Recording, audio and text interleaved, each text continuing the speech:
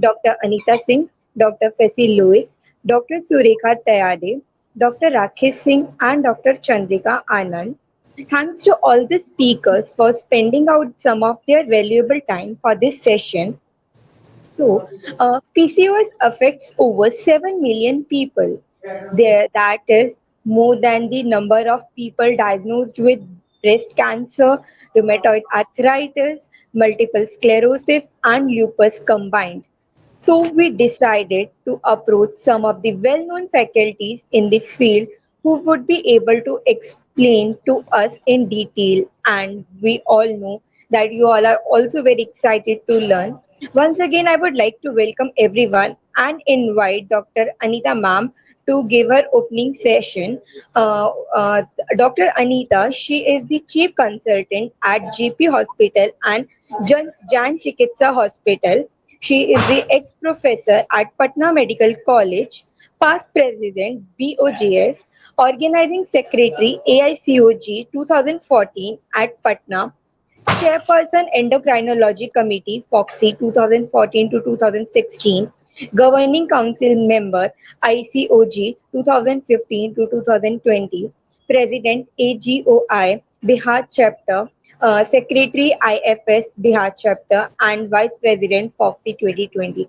We welcome you, ma'am, and we request you to have your opening address. Over to you, ma'am. Thank you. And at the outset, I appreciate Dr. Rakhi as a chairperson of Endocrinology Committee and her team for having organized this program for the benefit of the youths of our country. And she has selected a very pertinent topic, that is PCOS. And we know that it is a disease which is so prevalent all over the world, and also in our country it is found in about more than 10% of the women, and it starts right from the after menarche, and its effect continues till the end of life. But it encompasses actually many systems of our body. It is not confined to the reproductive system or the system of women's health, particularly regarding reproductive system. It affects other systems also, like cardiovascular. It can cause diabetes mellitus. It brings about several other problems. It can even lead to carcinoma in the long run if not properly taken care of. And it is our duty to apprise the youths of our country regarding the problem, the magnitude of this problem, and the effects that it is going to cause upon our health in the short term as well as in the long term. As soon as we know about it and its course of progress, we will be able to prevent right from the beginning, so that even if the genetic and the inherent properties are there in our body which may cause this disease, we can totally prevent or at least minimize to a very great extent the bad effects of this problem in our population. And with this aim in mind, this program has been started by Dr. Rakhi, and we all are there to help you to make it successful and make it useful to all the youths of our country and the women of our country. So with that, I hand over the mic to the organizers to go with the proceedings of this webinar. Thank you. Thank you so much, ma'am. Now, symptoms like irregular periods and pelvic pain are not something to be ignored, and getting it checked is necessary. While there is no cure for PCOS, there are treatments that can help ease the stress and complications of specific symptoms. The more people that are informed of PCOS, the better changes for the early diagnosis. Uh, Shadi, can you please mute, ma'am? Shah, can you please? Okay, done. Yes. So, with this, let's start the session. To learn more in detail, I would request Rakhi ma'am to share her views.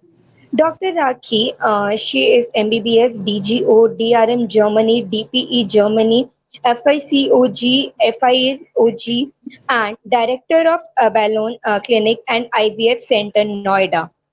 She is the chairperson of Endocrinology Committee-FOGSI and secretary of UP State ISAR, and is the chairperson of North Zone Yuva FOGSI 2019. She has been an invited faculty for more than 300 nationally and internationally. She has written chapters in national and international publication, Jeffcoage, FOGSI, Focus, Fibroids and Management, and so on. We are very overwhelmed to have her with us. Ma'am, thank you so much for joining us, and over to you, ma'am. Thank you, dear. It is my proud privilege to extend myself and the warm greetings to all my students of MSR and the students of IMA MSR. And thank you, Shreya and Garima, both of you, for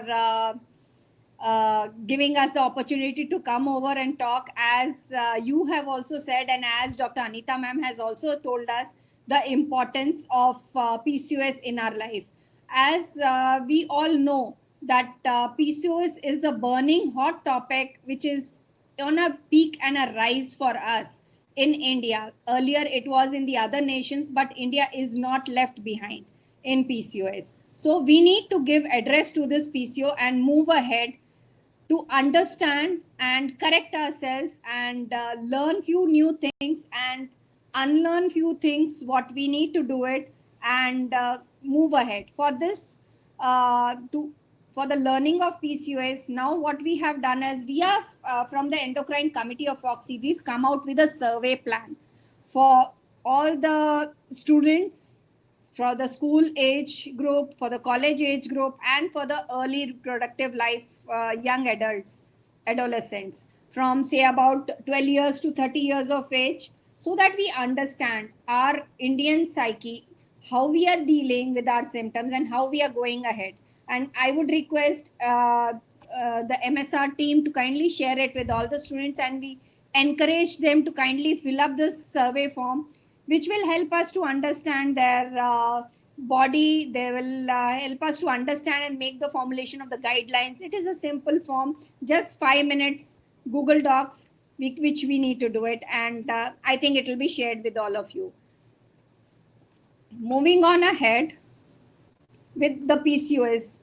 During my journey with all of you, while talking on PCOS, we're going to address about 3 main topics. That is, what is PCOS, what causes PCOS, and what is the diagnosis of PCOS.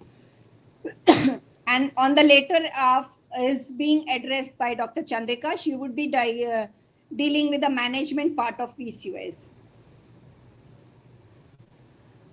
PCOS is fondly called a polycystic ovarian disease, or it is a syndrome. It becomes a syndrome when we are looking at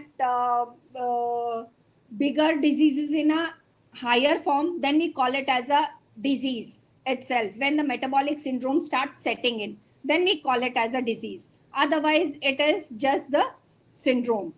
And it is characterized by irregular cycles. Most of the females would have weight gain would be there, acne, unwanted hair growth would be there.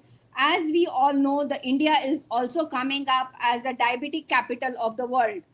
And for that reason, there is also an insulin resistance, which is associated strongly with PCOD, and which we are looking into it. And it is prevalent, PCOD is prevalent around 10 to 15% of the women and up to 20% among the adolescent India, which was less earlier and which is being increased over the period of time.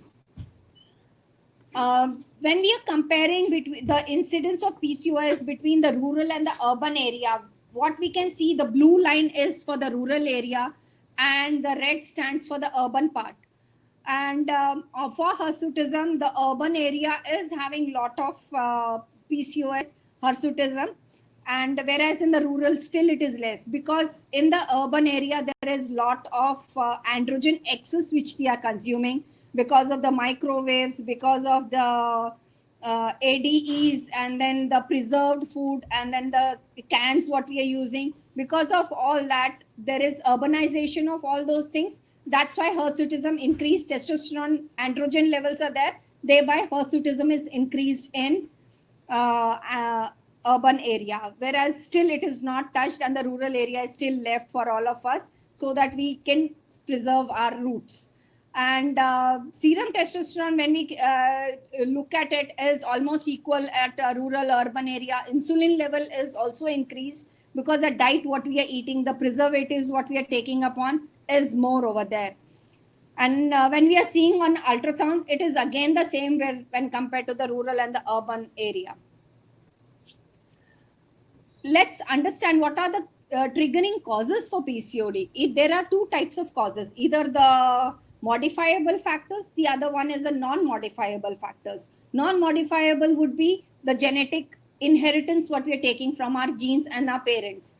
The modifiable would be because of the diet what we are eating, the lifestyle what we are doing it, the environmental toxins which are there in the environment, which would definitely affect our PCOD in the making of PCOD. That is why also we are coming out with that survey to understand where we are lagging, and then we can correct it at a larger scale. And lifestyle need to be addressed, and the sedentary lifestyle which we have started taking up, which needs to be changed. We need to be having lot of outdoor activities. The diet of ours should be changed from the fast food and the easy food to the normal diet, the Indian normal diet, which had everything, greens and pulses and everything at a balanced way. We need to go on back on that instead of having a more of a westernized diet where the Indian population is not used to it. We need to go back to our roots. We need to follow our own older tradition of the diet meal, which is good for us. Coming down to the genetics, it is a close family members basically where the PCOD is being seen, like your mother, sisters, your grandma. If they are having diabetes, if they were having irregular periods, if they had a lot of hirsutism, if they had any difficulty in conception, from there we can conclude upon the genetic parts. Whereas the lifestyle, and I would like to point out another one more thing. In lifestyle, the stressful life, the stress also increases lot of androgens which are released, and late night watching TV, watching on your mobile, late night being awake for a lot of time would definitely disrupt our hormones. So we need to look into it, and we need to work on that, and then have a easy life. And we should sleep in time and get up on time, so that we are following the correct pattern for our livelihood, so that our endocrine chemicals are not getting disrupted, and then we move on ahead in life in a correct form, and we are not stressing our hormones a lot. Diet as it is, I have told a lot that we need to address our AGEs, which are the hormones, the endocrine disruptors, which we need to look into it. And then the preserved food which needs to be avoided, the seafood, the uncooked food, the preservative added foods, we need to avoid all of that, like your burgers, cheese, margarine, mayonnaise. That will all increase on your weight adding. As we see obesity and overweight being coming down to our place in India, because earlier it was not there. As it is, we never used to consume. That was a Western culture. We are just trying to follow them blindly, because our body, Indianized body, is not made to do that. And we are not supposed to do that. Our body is made to understand and move ahead in our normal pattern, the way we eat. EDCs, they pose a greater risk, that is endocrine disrupting chemicals. It poses a greatest risk during the perinatal development by causing irreversible changes due to differentiating tissues. These EDCs do cross the placental barriers, and the fetal liver is not mature to detoxify these substances during the ovarian and the reproductive age group and the organogenesis. So this occurs, this EDCs, when they cross, these young adults which are getting pregnant also, they are making more PCOD babies when compared to what is present earlier in our life.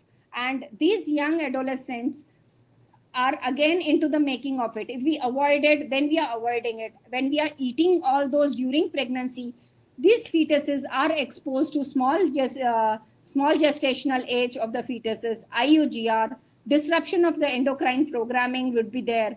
Then the toddlers, when they are there, they would be having obesity, They would also be having a lot of thyroid dysfunction, changes in their metabolism, which is seen nowadays. Autism is also on a rise because of all these EDCs, the endocrine disrupting chemicals, which we are eating. And that is also one of the major cause for in the making of polycystic ovarian disease. As it is, the environmental factors, what we have discussed earlier also, these EDCs, because we are also using lot of toys, the plastics, which we use it and we are using and we are reheating it and then we are eating it. So we are not supposed to do that. Plastics are not the part of our body. We need to move back to the generation, we hope 3 generations back or 2 generations back, and go back to the glass containers, the copper containers, the steel, and instead of using all the easy go way utensils what we were using it,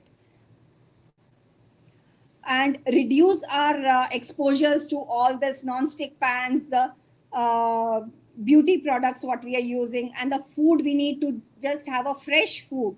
And whenever we are eating the food also, we should peel the fruit or the vegetable and then consume it, because they will have lot of pesticides, they would have lot of exposure to all the other harmful chemicals. So peel them out and then have it, so that we are at a better end. Coming down to what happens in PCOD, what are all the changes which would occur in PCOD? Let's understand that. This PCOD, basically it acts on the pituitary gland, thereby increasing the LH level. Normally the LH level is, FSH level is at a higher level when compared to the LH level, which is at a lower limit. In PCOD, either it becomes 1:1 ratio, or the LH level would be higher when compared to the FSH level, or 2:1 or 1:1 ratio of FSH is to LH occurs. And because of which there is high amount of androgen excess occurs, thereby leading to hirsutism, acne, alopecia, all the weight gain changes, all these changes, they start coming upon us, which we need to avoid, and insulin resistance. Basically, the symptoms what we see at various different stages of life would be, all ages we can see that irregular cycles are there, menorrhagia is there, heavy menstrual periods, there would be weight issues which we can see. As it is the obesity, normally it will be the centralized obesity which is there, abdominal obesity which is more when compared to generalized obesity which the patient would be having. And in the young adolescent, in the starting of the PCOD, we can see lot of acne, lot of hirsutism. They can be alopecia also, which is the loss of the frontal hair, which will come up to. And when the young adolescent is entering the reproductive age group, that is 20 to 40 years, she can have irregular cycles, the fertility issues, the folliculogenesis would be irregular in the formation of the eggs, and there would be lot of issues in conception also. Once the patient has conceived and completed her reproductive age group, she can later on again manifest as irregular cycles associated with fibroids, endometriosis, endometrial hyperplasia. There could be, as Dr. Anita ma'am has also told, there could be also this type 2 diabetes coming up. There could be endometrial carcinomas coming up. There could be atherosclerosis which is coming up. There are a lot more diseases. So that is why we call it as PCOD at that time. That is a metabolic syndrome which comes up in the later life if we are not trying to correct it in the early stages of life, which would be definitely nicely explained by Dr. Chandrika, who is the next speaker. Coming now to the primary presentation of PCOS, which may vary according to the age group. With the increasing age, there is a change in presenting symptoms and the health implications from the lean PCO to obese PCO. There are two varieties of PCOD. There is either a lean PCO or there is a obese PCO. But PCOD definitely is there. And in any adolescent or the young adult, we can see skin changes, the menstrual dysfunction, infertility, insulin resistance, dyslipidemias, type 2 diabetes, cardiovascular diseases, or the cancer risk for the endometrial cancers which can come upon. There are various symptoms, as we had told you, the acne and all those, hirsutism. Basically, what are we looking for in PCOS? there would be definitely a high BMI for these children. And this high BMI, normally the BMI, what we take is 25 as a cutoff. And anything above 25, it would be around maximum of 28. We can be okay with it, 28, 30. But anything above 28 would be considered as high BMI. And as the BMI increases, the obesity increases, and all the problems would also definitely start increasing. And there would be insulin resistance, which is coming up. There could be Acanthosis nigricans, which is the darkening of the scaly skin at the back of the neck, nape of the neck. The family history of diabetes also needs to be taken into consideration. There would be a lot of PCOS, obesity, a bad lifestyle which would come into play. Any markers of lipid metabolism dysregulation, elevation of serum total cholesterol, triglycerides, LDL, all these need to be looked into. Coming down to making of the diagnosis of PCOD, it's a famous Rotterdam criteria, which is now worldwide followed. And the Rotterdam criteria now tells that there are three main criteria for the PCOD which we need to follow. It is hyperandrogenemia or the androgen excess. Second one is chronic anovulation. Third one is the presence of PCO, that is on the ultrasound findings. What is, and apart from that, I would like to come back to the previous slide and then tell you something else. That is, any young adolescent or the young adult, which is female, which is coming down for the diagnosis, we are not supposed to label her as a PCO. Anytime menarche has occurred, we need to allow the high HPO axis of the child, the adolescent, after menarche for at least 2 to 3 years. For it to get settled down, the HPO axis would take 2 to 3 years to settle down and the cycles to get regular. And second important point which we need to understand is the patient should bleed, the child should bleed at least 9 cycles in a year, which is mandatory. And we are not supposed to regulate the cycles before that. Coming down to the third point, that is, when the cycles are getting regulated, if she is having irregular cycles, we are not putting the patient on OC pills for the regulation of the cycles before 18 years of age. And we are going to allow her epiphysis to fuse, otherwise the epiphyses are going to get fused earlier. And the second part is we're going to allow her cycles to be corrected. Even in spite of that, if she's not bleeding 9 cycles, we're just going to give her progesterone withdrawals, so that all will be dealt by Dr. Chandrika in detail, definitely for all of you. And we need to go by that manner. Coming down to hyperandrogenemia. Hyperandrogenemia is excess of androgens, which is called as hyperandrogenemia, which is excess of the testosterone levels. And clinically, how do we see? We see it as representing the patient by hirsutism, by acne, by alopecia, the excess of androgens. And we test it by the check of the free testosterone level in this, or the total testosterone level in these patients.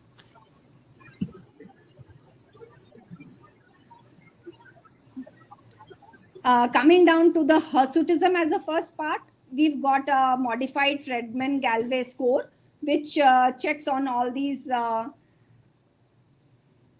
9 areas of our body, and then we come out with the answer that we calculated according to the grading 1, 2, 3, 4 for all 9 of them, and the score is calculated.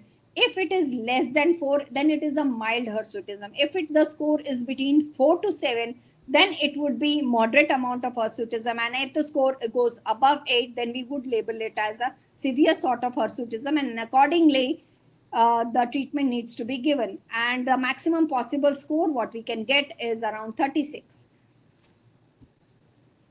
And hyperandrogenemia along with acne, which is also seen as it is, we are seeing in this image over here, that grade 1 is just 58 to 60%. And grade 2 is around 25 to 30% of the acne. Grade 3 is around 10 to 13%, just little. But those acne are bright red, pustular, and they would be very bigger in size. So they again have got a grading of which type of acne they are. And these women would have also the acne coming down on the chest, the upper neck, the back, and abdominal parts, upper part of the abdomen, that is the chest. And these acne are very painful for them. So they are again because of the hyperandrogenemia, the increased amount of the testosterone levels. These acnes, as I had told, they also have got a grading of grade 1 would be predominantly of the comedones, grade 2 would be papules, and grade 3 would be severe sort, like many of the nodules coming up. And hyperandrogenemia also leads to alopecia. Alopecia is a decrease of the hair over the scalp, but they will not be, patient will never have a baldness like a male type of a baldness that is completely from the frontal area going off.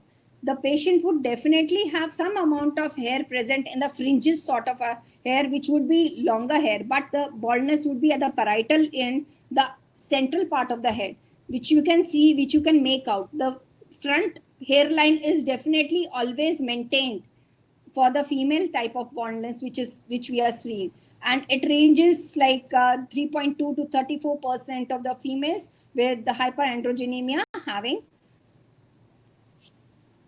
And ovulatory dysfunction in PCOS is also seen, like irregular cycles. Oligomenorrhea is present in 85% of the cases.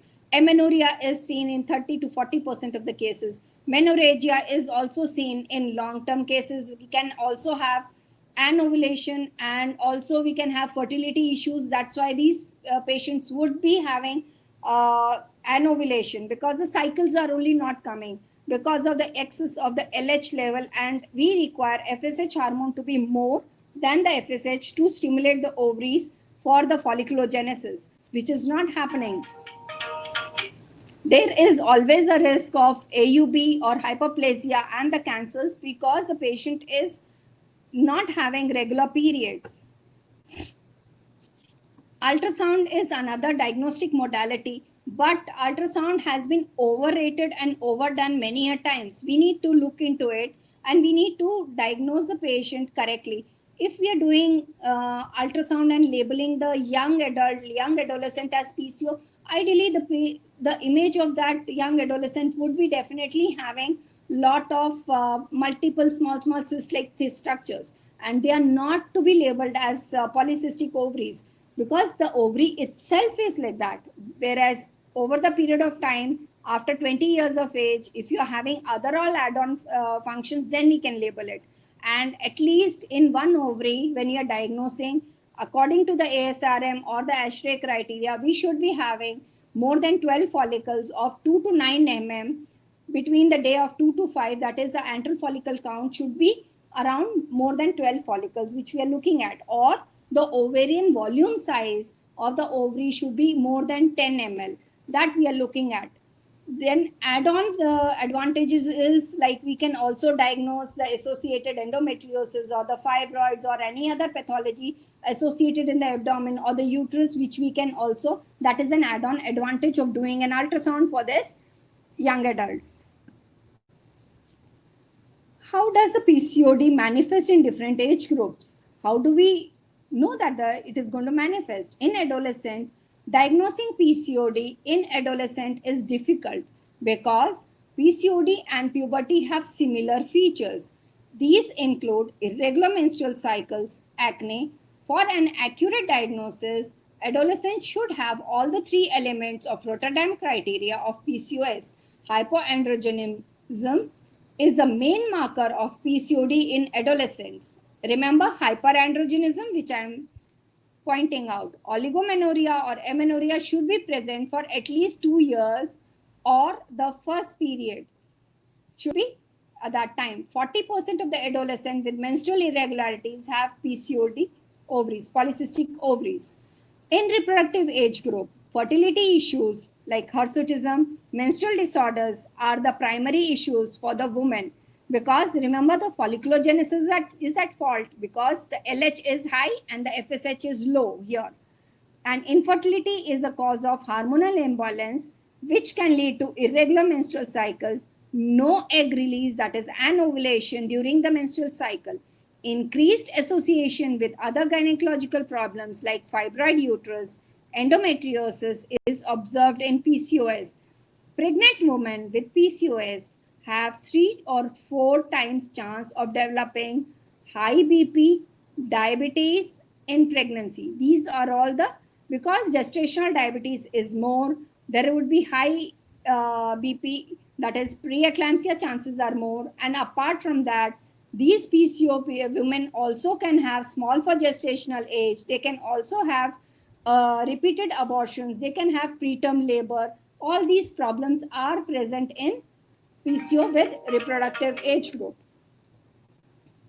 Coming down, once a female has completed her reproductive life in the late reproductive menopausal, perimenopausal age group, the older women with PCOS have 4 to 6 times increased risk of diabetes and a higher risk of developing hypertension.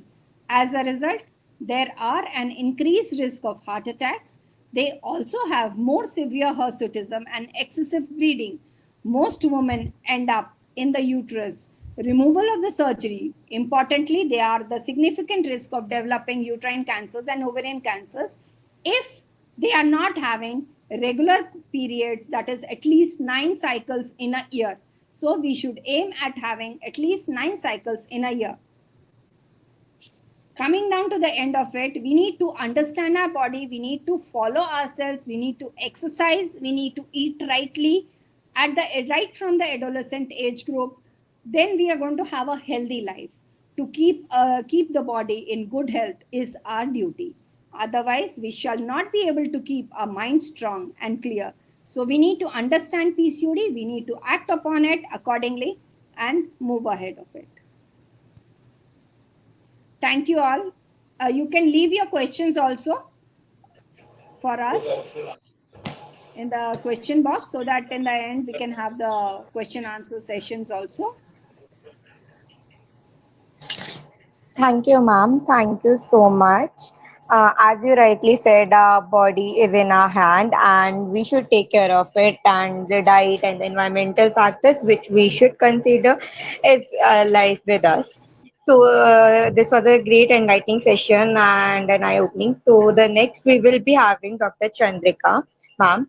Dr. Chandrika Anand is a senior consultant, obstetrician and gynecologist practicing in Vijayanagar, Bangalore since 1998. She graduated from Kasturba Medical College, Bangalore with 8 gold medals and securing the first rank in Bangalore University.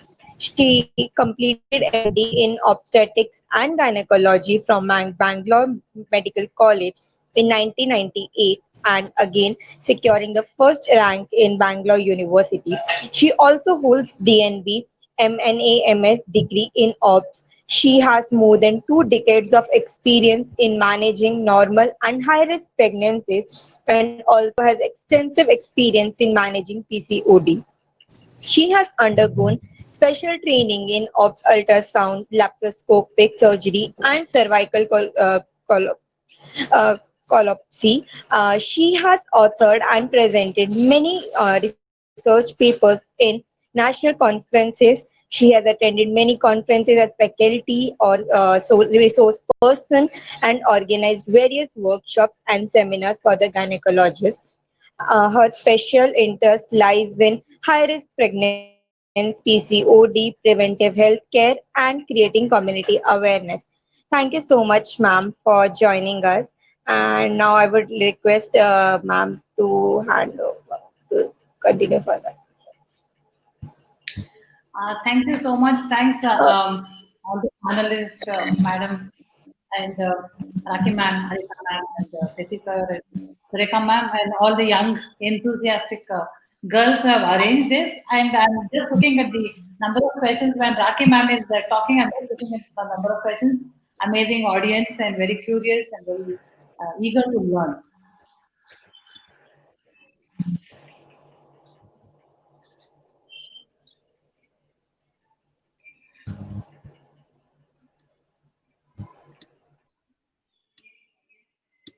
Can you see my slide? Can you see my slide, Garima? Yes, ma'am, it's visible. Okay. So, Rakhi ma'am has very beautifully explained what is PCOS and how often it is coming, and now we are increasing incidence because of all the various risk factors, and how in India we are contributing to the diabetic capital because of PCOS. Now, PCOS is a major matter of concern for all of you students. Why? Because you are all young. So many of you could be suffering from PCOS, or maybe your family members, your sisters, cousins could be suffering from PCOS, and tomorrow you're going to become doctors and you're going to see patients. So how, because it is so common, it is the commonest endocrine problem in young women. So you have to be conscious about PCOS, how it causes, what is, when do I suspect a PCOS, and why should I treat a PCOS? So like, this knowledge, whatever you're going to get today, you're going to use it lifelong, one thing, personally, in your community, family, and also as a doctor. Now, why PCOS is so important? Why the endocrine committee of FOGSI? Why the vice presidents of FOGSI are sitting with you explaining PCOS? PCOS can have short-term implications, pregnancy complications, long-term consequences, and the most important is the transgenerational impact. In other words, the PCOS can affect the patient, her children, and the society. Now, once I will explain to you how it affects everyone. Now, ma'am has told how to diagnose and what are the features you're going to look at. So, like, now a patient or a young woman comes with a PCOS, or she says she has got irregular cycles, and she says she's having menorrhagia or more frequent cycles, or amenorrhea, and she's got unnecessary unwanted hair on the face and all that. Now, how are you examining this patient? So, as madam told, you're going to take a good history of her sleeping habits, eating habits, her exercise habits, physical activity, how much is active, and whether her stress levels, if she's stressed, is there an exam coming up, or is there any family stress, and is she sitting continuously, is she having any habits, and what is her lifestyle. So we need to, and is she taking any other medications, and is there any thyroid problem with her? A lot of questions coming up on thyroid. So we're going to ask a thorough history. Madam has told how. So once the patient comes, what are you looking at? Now you're going to first check her height and the weight, because you need to calculate the BMI, that is the body mass index. You know how to do it. Obesity is very common in PCOS. Up to 70% of PCOS women are obese. Not all obese women are PCOS. There was a question, does obesity cause PCOS? No, obesity does not cause PCOS. But if by chance an obese girl is PCOS, the complications are very, very bad.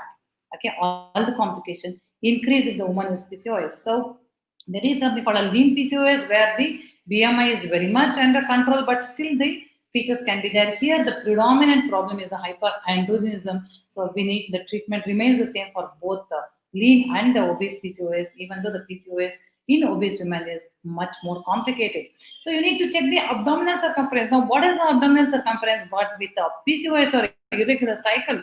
See, more than 36-inch abdomen is a marker for metabolic syndrome. Okay, it's a marker, so we need to check that, because the fat around the abdomen is the metabolically active fat. The visceral fat around the abdomen is metabolically active fat. So we need to check the abdominal circumference, and we need to check the blood pressure. Why? Because the chances of hypertension is doubled in PCOS. Even though they're young, the BP can be high, or the hypertension can come very early, and the incidence is 2 times.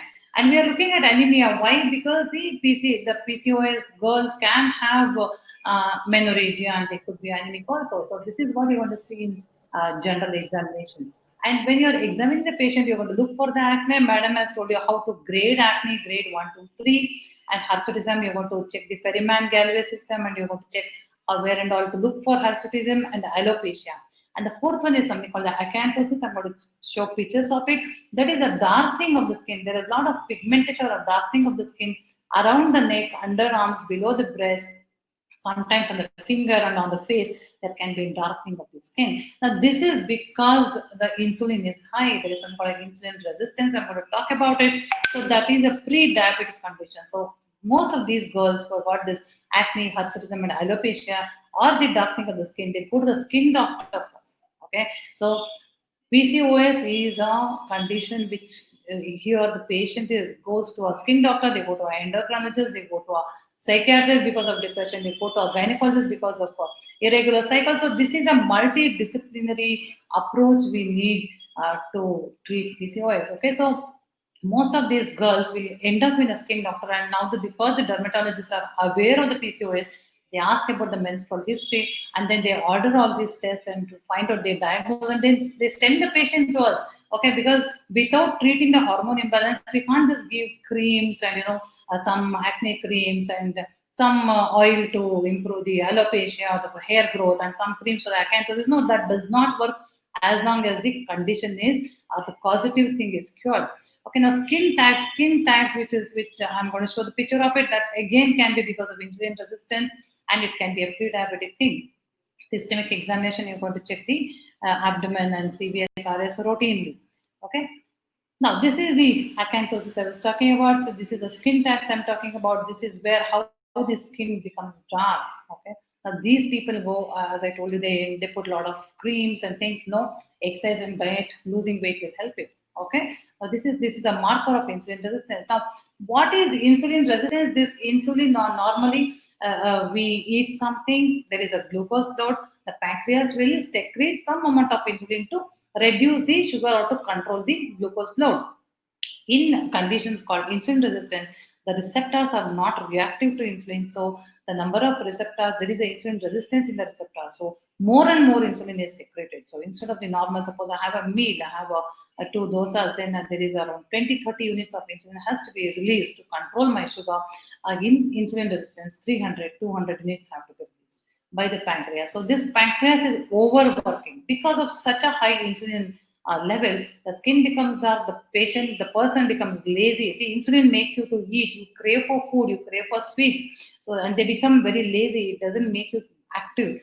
And then also insulin is associated with anxiety and depression. So you feel yourself lazy and all the time eating and not really active, and you put on weight, particularly around the tummy, and then you crave for food. You could be having insulin resistance. Now, once this pancreas gets exhausted with the insulin secretion, then the diabetes is surfaced. So insulin resistance is a very, very important marker for PCOS. So now, as young doctors, you're going to graduate, and some of you will become physicians, some of you will become dermatologists, psychiatrists, endocrine surgeons, and gynecologists, of course. So when and all do you suspect of PCOS? So suppose there is an obese girl, there is an overweight girl, don't forget to ask about her cycles, whether they are irregular or regular. Because whatever treatment you give for obesity, if the hormone imbalance is not cleared, it will not become all right.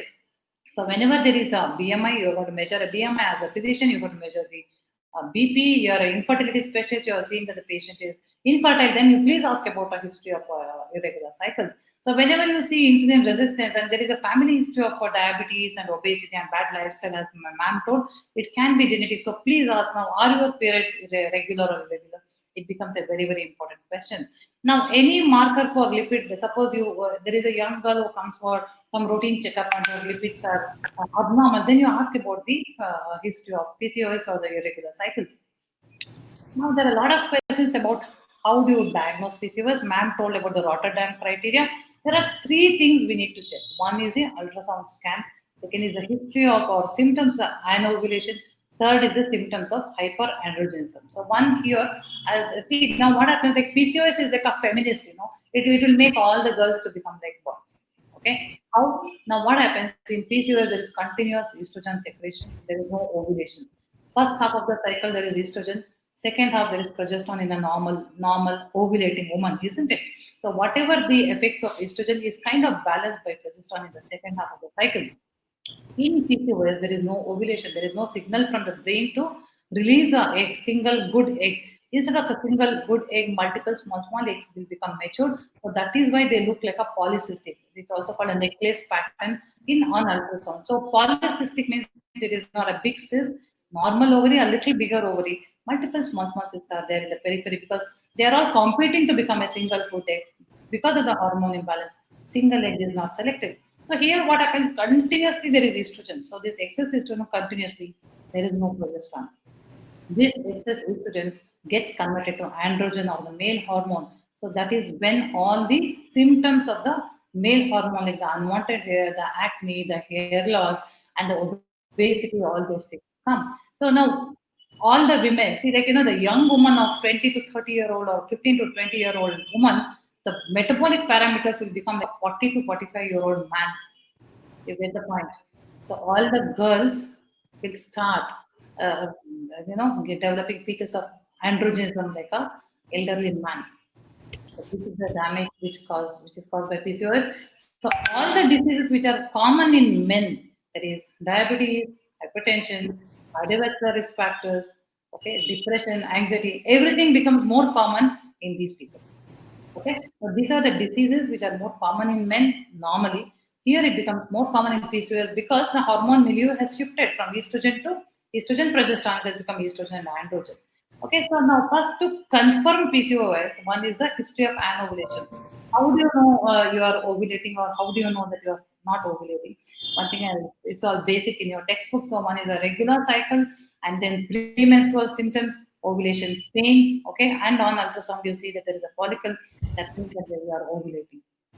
Anovulation, irregular cycles, the painless and relatively painless periods, unless you have fibroids or something. And then on ultrasound, there is no egg formation. So this is the ovulation. So one thing, one to confirm PCOS, we take the history. There is an anovulation is confirmed by irregular cycles. Next, we do ultrasound scan in which we see the typical appearance of the polycystic ovary. The ovarian volume is increased, the stromal structure is increased, and there are multiple small follicles in the periphery. And we do a serum testosterone profile. Now, testosterone profile contains many hormones, but total testosterone itself is enough for us. That is to confirm the PCOS. And as Madam told, hypothyroidism, hyperthyroidism, and prolactin hormones can also alter the ovarian hormones, isn't it? So, to check the other causes of amenorrhea or to check the other causes of anovulation, we do these tests, that is the TSH, prolactin, and the FSH. LH, normally FSH, LH are in the similar ranges. Now, FSH is generally high in the first half, LH is high in the second half of the cycle. In PCOS, there is continuous, there is low FSH and LH is high. Again, LH stimulates the stroma to produce more ovarian androgens, isn't it? So now, first thing is to confirm the PCOS, you do ultrasound scan, there is a history of anovulation, and third is the serum testosterone profile. To rule out the other causes of anovulation or amenorrhea, we do the TSH, we do the prolactin, we do the FSH and LH. Okay. Next, how does the hypothyroidism cause PCOS? Hypothyroidism does not cause PCOS. They are interrelated. What we have found out is PCOS, the prevalence of goiter and autoimmune thyroiditis and hypothyroidism is 2 to 3 times higher. They act in the same pathway, but there is no direct correlation. Hyperprolactinemia, there is a prolactin which is secreted by the pituitary, that can be high. That can be high when you're taking the drugs like antipsychotics, antidepressants. And there can be a prolactinoma, which is again a rare cause of amenorrhea. We do have in a year I see around 5 to 10 prolactinomas. That is a tumor in the pituitary gland. So thankfully, even though it is a microadenoma, it is treated with medicines like cabergoline. So we do a MRI brain. So prolactin and thyroid becomes an important part of workup of PCOS. Okay, so what is what are the other investigations you do in PCOS? Now we know Madam told ki PCOS will cause it can cause BP, it can cause sugar, and insulin is high and dyslipidemia. So we check the third set is to check the impact of PCOS. Now what is this PCOS? What damage it is already done? So is there any glucose intolerance or is there a frank diabetes? We need to check that. So we do fasting the sugar. We do something called an oral glucose challenge test. Okay, instead of a postprandial sugar, we give this is a standardized method. We give a 75 gram of glucose in the empty stomach, and after 2 hours, we take the sample. And serum insulin for fasting, and the second sample we take, even though the second sample, that is after the glucose load, what is the insulin level is very important. And because PCOS can cause metabolic syndrome, there can be an alteration in the lipid profile. So we do a lipid profile in all PCOS women cases. So now summarizing, in a woman with a irregular cycle, and she says acne and hirsutism, I'm going to check her history, I'm going to examine her, I'm going to do a scan, and I'm going to do a complete blood count. We're going to do a sugar and a obesity, insulin, lipid profile, thyroid function test, and prolactin hormone, and we're going to do FSH and LH and total testosterone. So this is the exhaustive blood test you need to do. It is not just PCOS, it is not just a gynecological problem, it is not just a menstrual problem, it is a problem which will affect the whole body. And sometimes we do, these are some of the optional tests, that is total vitamin D3 and 17 alpha hydroxyprogesterone DHEAs. We do as and when required. Okay, now what are the short-term some implications of PCOS. Yeah, so young girl, 20-25 years, she comes with irregular cycles. That is the commonest thing. So, of course, for everyone, lifestyle change and diet and exercise is the treatment. Along with that, we give them some hormone pills for cyclical control. We give progesterone, we give oral contraceptive pills. I'm going to talk about oral contraceptive pills. So, for irregular cycles, we tackle with that. Okay. Second thing is a menorrhagia and anemia. So if they have irregular cycles and very heavy bleeding, they go on bleeding for 10 days, 15 days, 20 days, then we need to do something about it. We need to control their heavy bleeding. So we give hemostatics or tranexamic acid, NSAIDs we give, and then we can give oral contraceptive pills or a hormonal treatment to reduce the bleeding and to make it cyclical. Now, cosmetic issues like hirsutism, acne, and hair fall, again, these girls end up either in a dermatology or in a cosmetology. They go on doing this laser treatment and hair implantation and hair shampoos and all those things. Again, please come to us first, and then we'll try to cure your PCOD, and then whatever cosmetic treatment you take will be more effective. So now for hirsutism, what they do now, again, treat the cause, that is lifestyle changes, plus treatment for hirsutism usually given by a dermatologist or a cosmetologist. You can go for temporary treatment like hair shaving or waxing or epilation and all that, and then permanent is electrolysis or laser treatment. See what happens, this treatment, whatever treatment we start, will not cure the whatever hirsutism you have it, whatever unwanted hair you already have it, there is a thick hair on the face, will have to be tackled by a permanent method like electrolysis or a laser treatment. Once we give the treatment, the new hair which is coming will become very thin, it becomes slow growing and very thin, and the number of hair follicles also will come low. So that is how it works. So now in hirsutism and this hyperandrogen condition, now which OC pill or oral contraceptive pill, more than a contraceptive pill, it is a combined oral contraceptive pill we use. There is something called a cyproterone acetate combination. It is an anti-androgen. It specifically blocks the androgen receptors. So because we know what is the main cause of PCOS and the symptoms is the hyperandrogenism.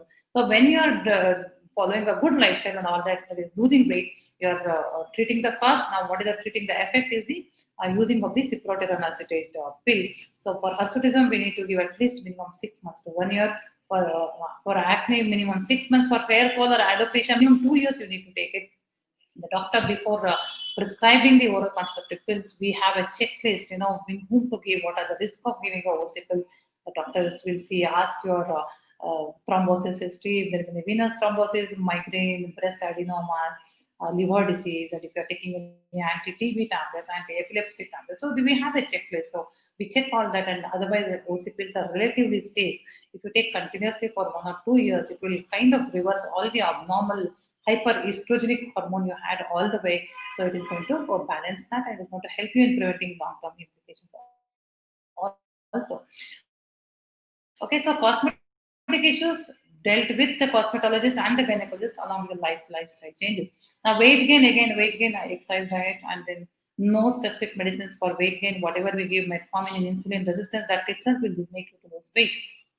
Infertility, the infertility specialist will know. Now there is no, as I told you in the pathophysiology, there is no single egg formation in the ovaries. So we give something called ovulation stimulation or ovulation induction medicines.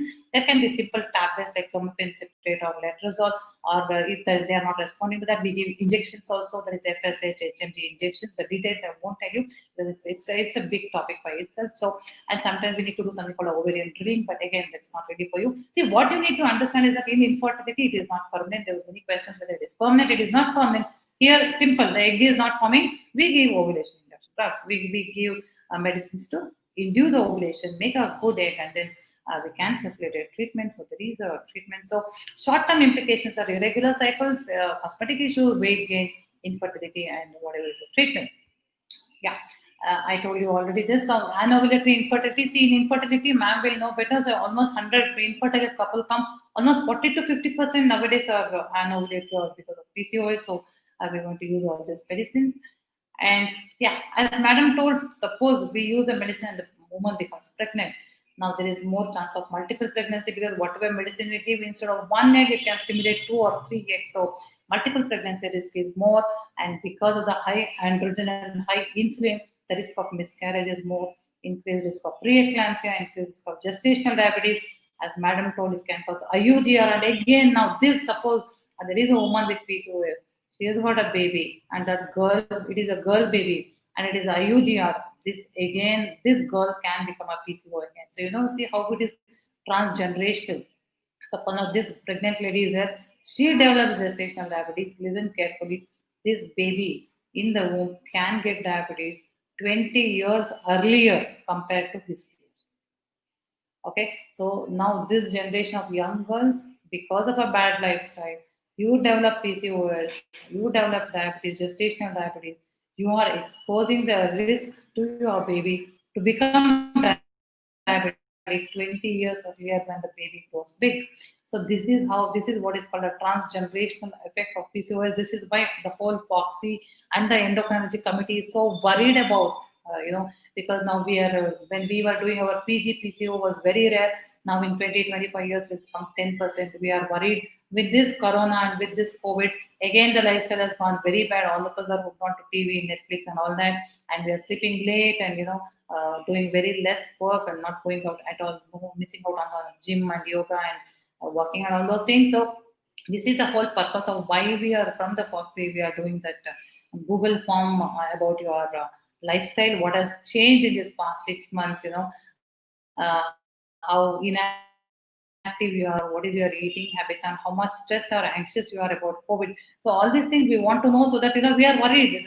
When maybe next year the PCO chances may increase, the incidence may increase to 20%. So we are seriously worried because this 20% of PCOS women can cause major damage after 20 years.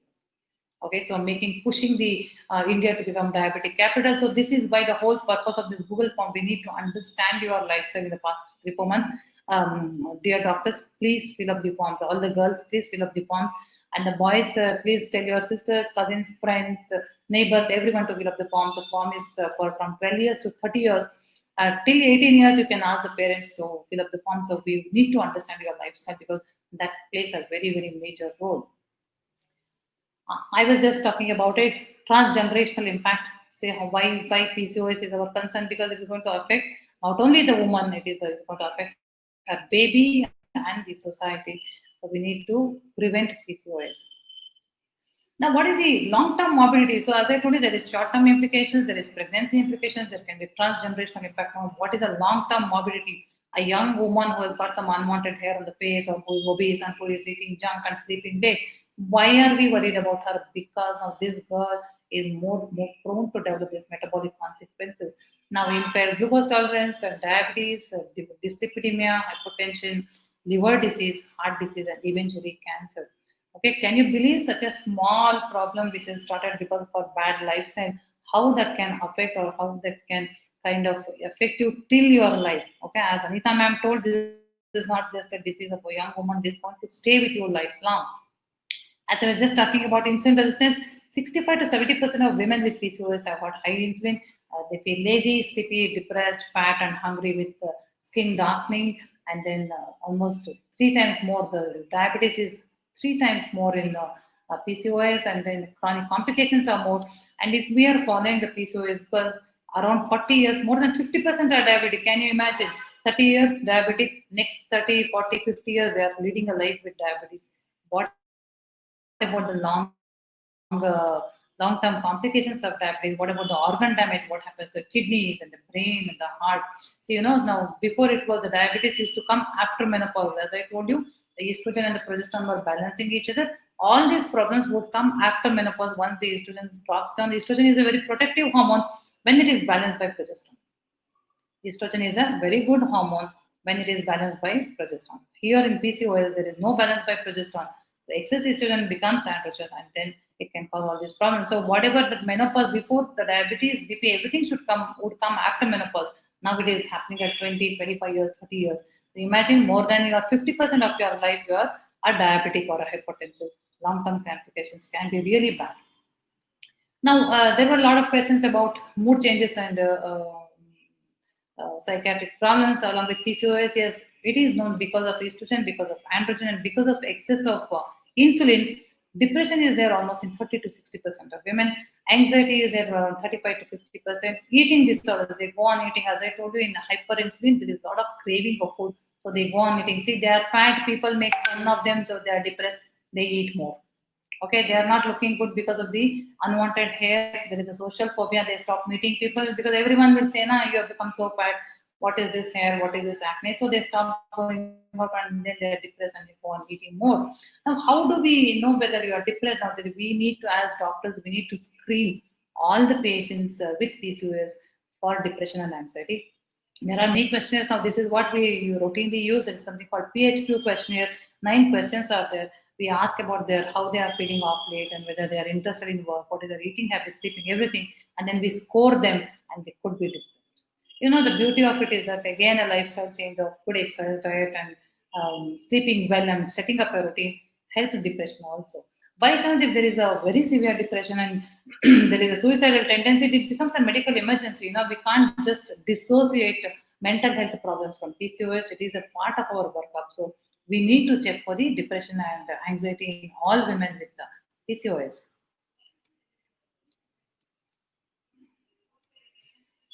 Now, cardiovascular disease in PCOS, just imagine cardiovascular disease is doubled, heart attacks are more. Heart attacks in these PCOS women are more severe, more fatal. When they do an angiogram, they see that it has got a more severe disease compared to men. Okay, so it is like matching with smoking. So the cardiovascular disease when they do an angiogram, it is a more severe disease, more multiple arteries are involved, and atherosclerosis is more. Cardiovascular disease is doubled. Diabetes is 5 to 10 times more. Hypertension is doubled. Dyslipidemia, there is abnormal lipids around 70%. Metabolic syndrome is around 25 to 33%. See, do you see how a simple irregular cycle or a PCOS can affect your life so much? Metabolic syndrome is again a cluster of these things. We check for your central obesity. That is why I told you all the patients we check the abdominal circumference in the girls, Indian girls, more than 36 inches. It is a factor for a metabolic syndrome. We check their BP more than 130, more than 85, and then oral. There is fasting sugar if it is more than 110. Again it can be a metabolic syndrome, and we take two lipid profiles, that is HDL less than 50 and triglycerides more than 150. So we see any three is positive, we brand it as metabolic syndrome. Now this metabolic syndrome is again very high in PCOS.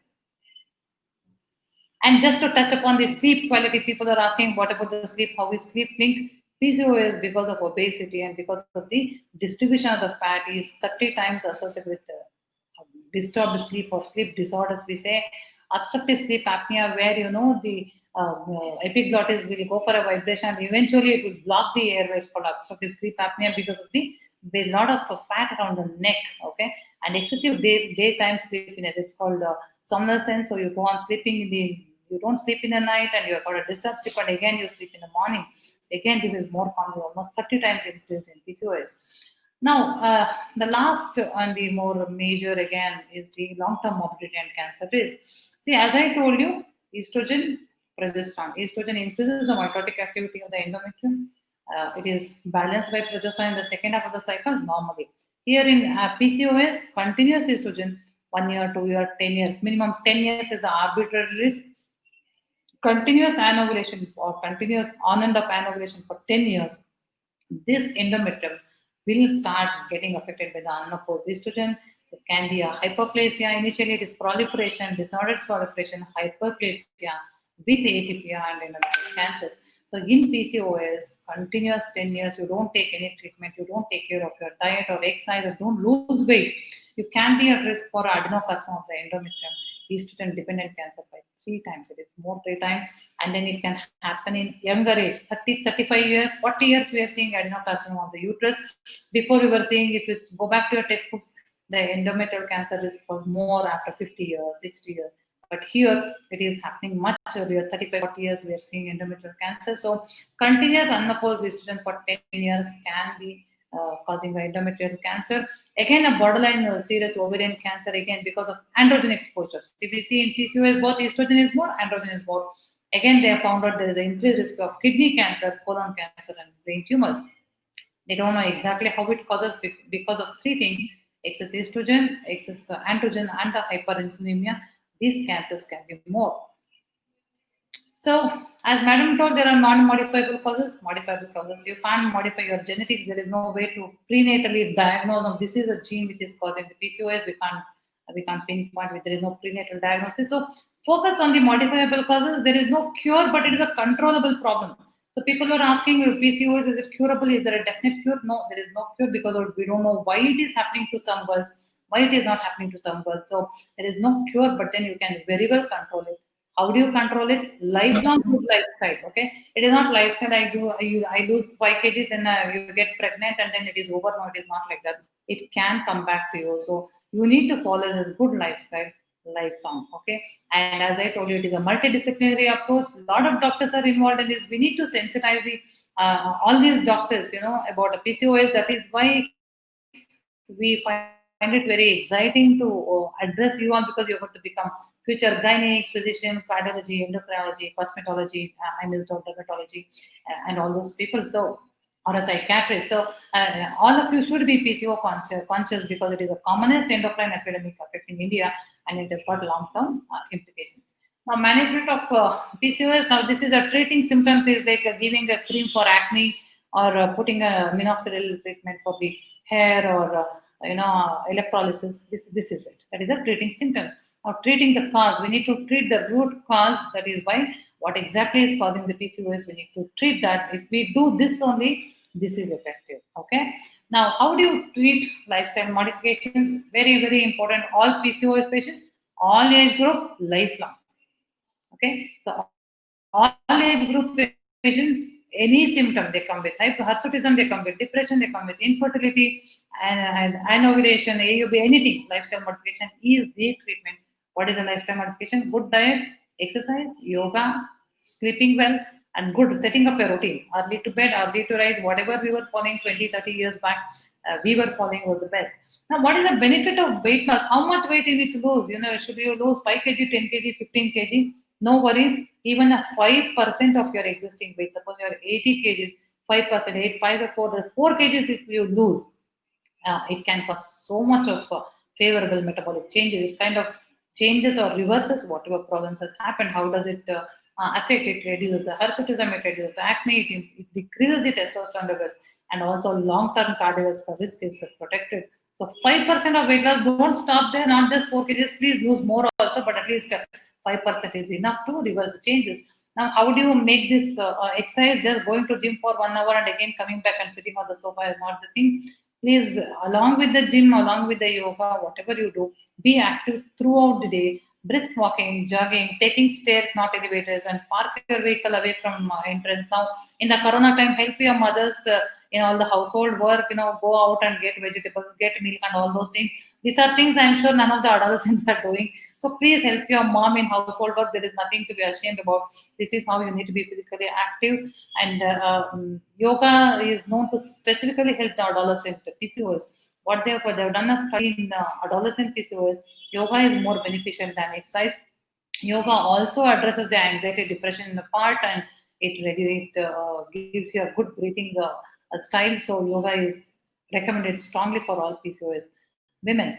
Now, diet, madam told what all diets are bad, all the things which contain the AGE, that is high carbohydrate, processed food, packed food, anything which comes in a packet or pre-packed, please don't use it.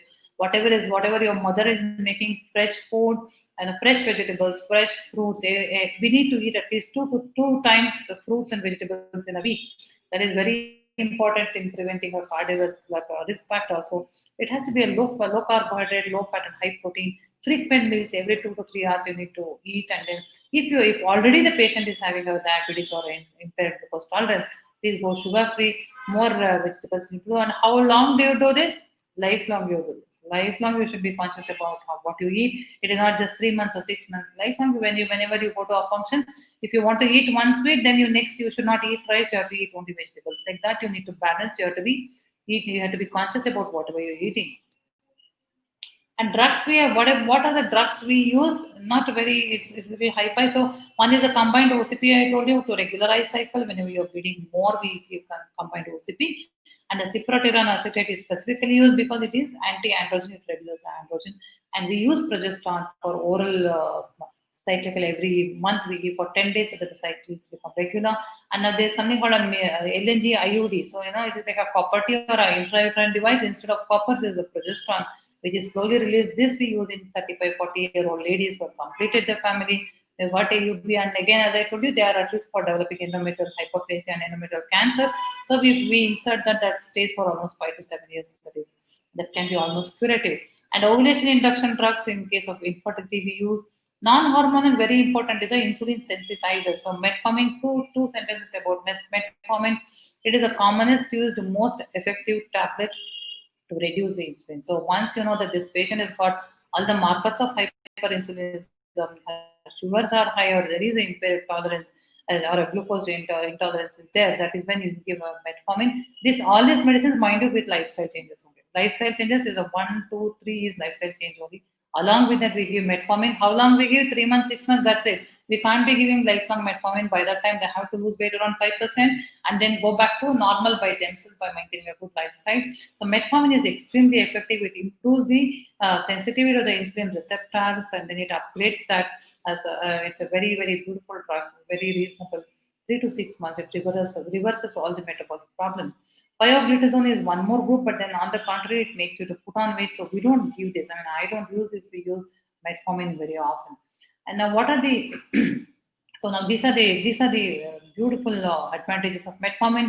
It again it increases glucose tolerance, improves sensitivity, reduces the lipids, weight loss, and then again it rechanges the fat distribution. You lose the weight around the tummy, which is a metabolic active fat. It reduces BP, it reduces androgen levels, restoration of regular menses, and also it improves in fertility and it postpones diabetes. And even in pregnancy, we give it so that they do not get the gestational diabetes. So it is a beautiful drug, metformin.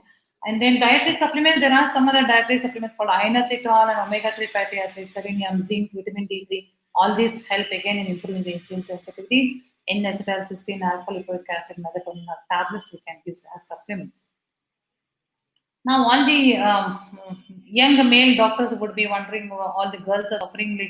Thankfully, we don't have that problem. There is a research on a male equivalent of PCOD. Okay, now what is the male equivalent? Again, excess androgen in them. Premature hair loss before 30 years. Before 30 years, you are balding. You are losing a lot of hair on the head, and then you are having again you are putting on weight. Your hairstyle is bad. That could be a male equivalent of PCOS. Okay, so that is again present in around 30% of general population. They have found out that this kind of androgen alopecia in young men, that is less than 30 years, could be having all these problems. Okay, so there is again more prone for prostate cancer, ischemic heart disease, insulin, obesity, hypertension, and dyslipidemia. So boys, be careful. The lifestyle changes will apply to you also. Now, winding up, what is the take-home message for all the young doctors that patiently listening to us from the Endocrinology Committee and from the FOGSI is PCOS is a common and rapidly increasing endocrine epidemic. It is not just a menstrual problem, but it is a systemic disease. It has got chronic cardiovascular disease implications. It has got a transgenerational impact. Obese PCOS people can have more problems. Compulsory screening for cardiovascular disease, diabetes, and depression in all patients. And it requires a multi-specialty consultation. Lifestyle changes is the first, second, third most effective treatment. Metformin and anti-androgen OCP are the most commonly used medicine. Pregnancy in PCOS is high-risk category. Pregnancy increases few cancers, and PCOS is a completely controllable disease. All of you take care. Thank you so much. Thank you so much, ma'am. It was a really detailed and a descriptive session. The truly sad part, which we can say, is that the pandemic preparedness, we were not prepared for COVID, but we will be prepared for the future upcoming. So we can say that epidemic preparedness for PCOS, which will be going to become a huge problem in the future. We should be prepared and we should be aware enough to prevent that. So thank you so much, ma'am. And now I would like to hand over to the Shreya Joshi. She is my co-moderator. Over to you.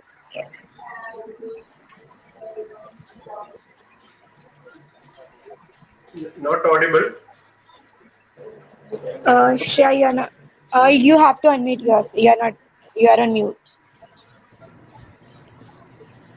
Actually, Oh. Yes, you are. Now you are audible. No.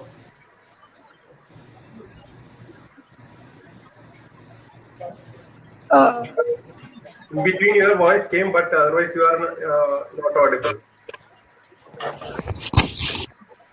No, that you press the jack, please. There is some. It is loose, I think.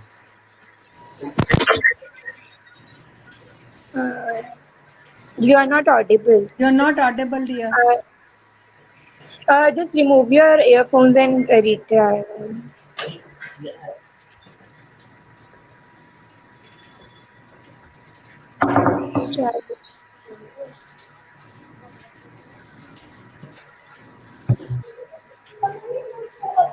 Let me just first. Just or try again. Yes.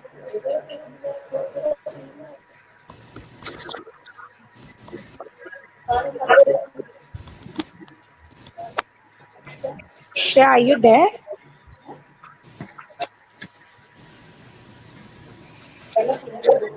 Speak something. Let us see. Am I audible? Yes. Yes, you are audible. Okay. So we just heard from Dr. Anita ma'am, Dr. Rakhi ma'am, and Chandrika ma'am. So now I'd like to introduce the two of our other guests who are here with us today. Firstly, Dr. Percy Lewis, sir.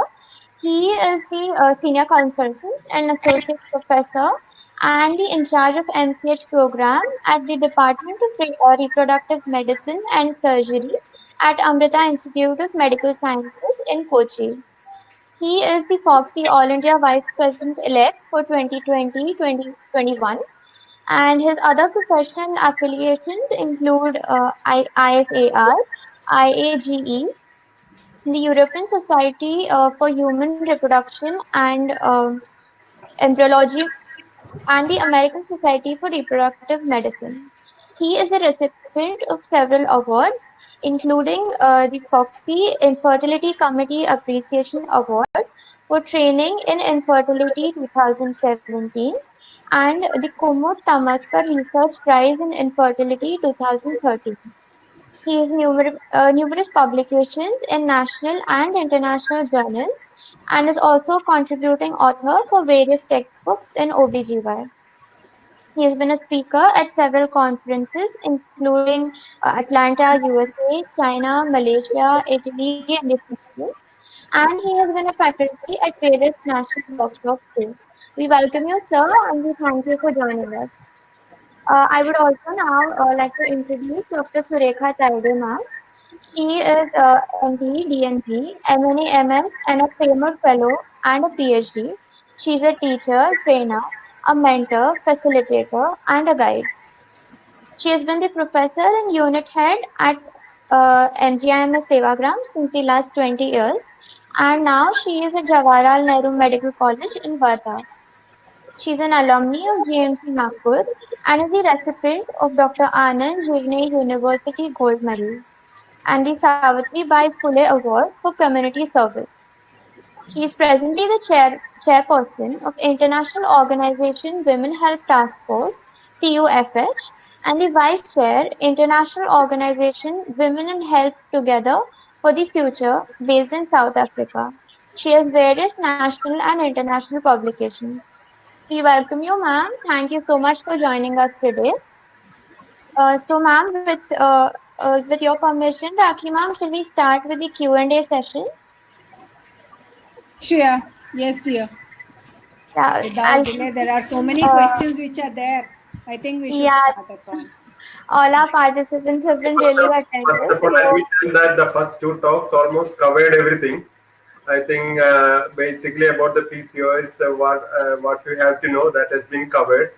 So now I think everything was there, but we will try to clear out the what are the doubts in between. Yeah. Still, always there are doubts which need to be covered and cleared Okay. many a times.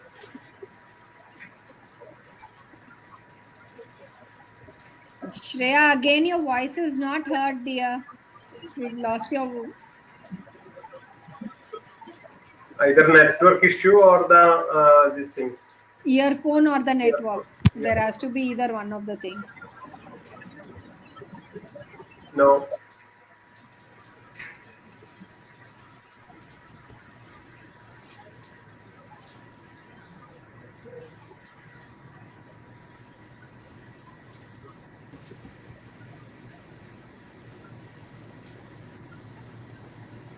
No, no, no, no, We're not able to hear you, Shreya. no.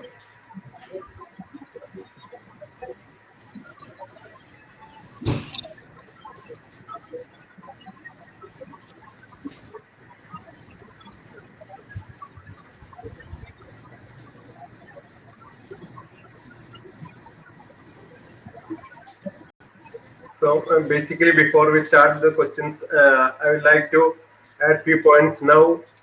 What being youngsters, you must know it that I think most of the audiences are all youngsters. At this age, less than 30 years, if you do the scan, there will be a ovary will be PCO pattern in 25% of people. But that doesn't mean they have a polycystic ovarian disease. Right now, what is happening is that when I started the gynec practice about 20 years back, at that time, we have to diagnose PCOS by the symptoms or something. But now I am being more into the infertility reproductive medicine. When the patients come to the clinic, straight away, either married for 3 months or sometimes few years also, first they will tell that I have PCOD. That is because somewhere in some time in their lifespan, they must have done some scan, and radiologists will automatically diagnose, put that ovaries PCOS. So that is what is happening. But as you have heard by as Dr. RAKHI and Dr. Chandra has told, you must have the diagnostic criteria to tell is PCO. And even if the ovaries are PCO, unless you have ovulation problem or other hyperandrogenic features or menstrual irregularities, you need not have to worry. Just because of scan, you have polycystic ovary, you need not have to worry. That is a basic thing what you have to do. Another thing what happened is as a part of our society activities in Kerala a few years back, we started adolescent classes of PCOS. So one thing is that in between in one society, we have 12 societies in Kerala. We notice is that they gave the hype of the PCOS so that some girls started getting worried and they started to have other problems. They started to tell the mothers they are at least some of these features if they are having, they think that they have they have some some major disease. That must not be that. This is just a ovulation problem or lifestyle disease. What can be corrected? Only thing, the awareness must be there, but you need not get afraid, especially at the adolescent age where the where you are having a lot of doubts. If you are not cleared properly, you will be under more stress, and that will affect your studies and all those things. That is what we have seen. So the awareness of PCOS and lifestyle modification must be there, but just by having the scan, PCOS need not be having that PCOS OS syndrome or disease will not be there. That is the thing what basically we have to know before we look into that. And at least some features we have, that doesn't mean I have. We have to fulfill into criteria or the maximum what we can have. What with this thing, it is not a malignant disease. That is the thing we have to be aware of it. We are Anita madam. Okay.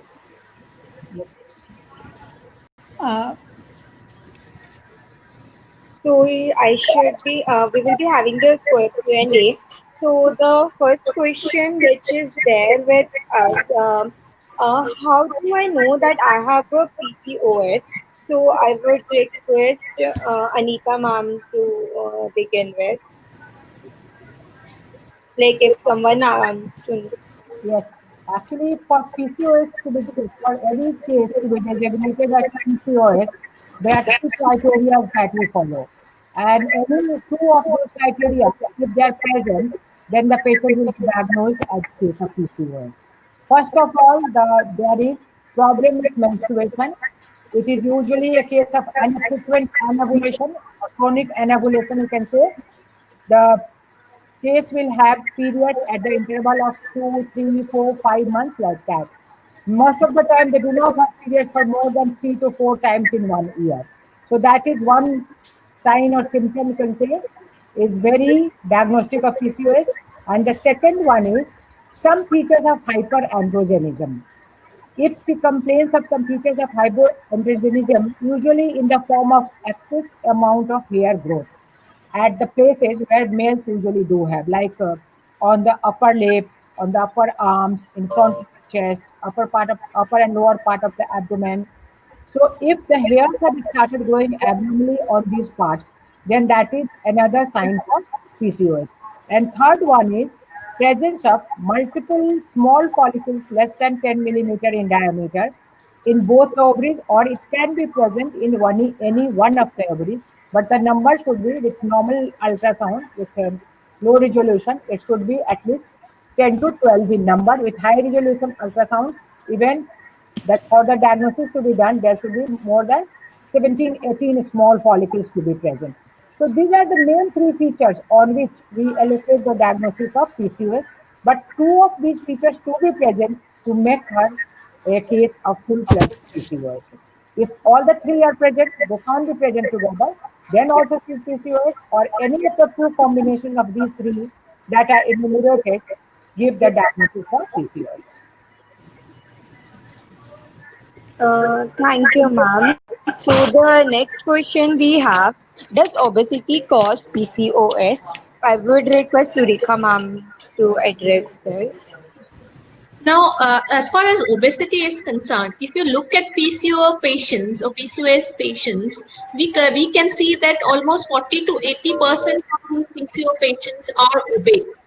Okay, but if you look at reverse, does obesity cause PCOS? As Chandrika ma'am has already told us, that obesity as per se does not cause PCOS. But if you look at PCO patient, then 40 to 80% of them are obese.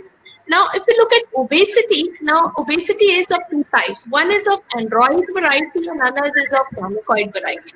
So in android variety of obesity, it is the upper part, it is a male type of obesity, and in the other type, which is a gynecoid type, it is a lower fat distribution is in the lower part. So in PCO patient, obesity is of android type, and we are considering the waist to hip ratio is increased. So we consider the question which is asked: does obesity cause PCOS? No. But in PCOS, we are having more type of insulin resistance, and thus the fat deposition, the adipose tissue is more. So as such, the phenotypic variant is obese PCOS, and something called as lean PCOS also. But PCOS as such will lead to more adipose tissue deposition and more obesity. I hope that answers. And the factors that cause the obesity can lead to the aggravation of the PCOS pattern. The hormonal changes, all things can occur. That is one. That is how it is related. Exactly what correctly told is that obesity.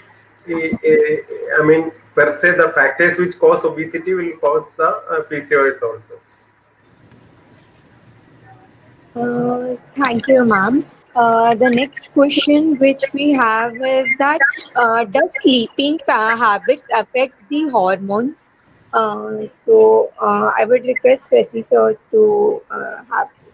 I think I don't remember directly how it is how it causes, but if it affects the lifestyle, definitely it will affect the Dr. Chandrika. Can you add anything specific? Chandrika can add upon.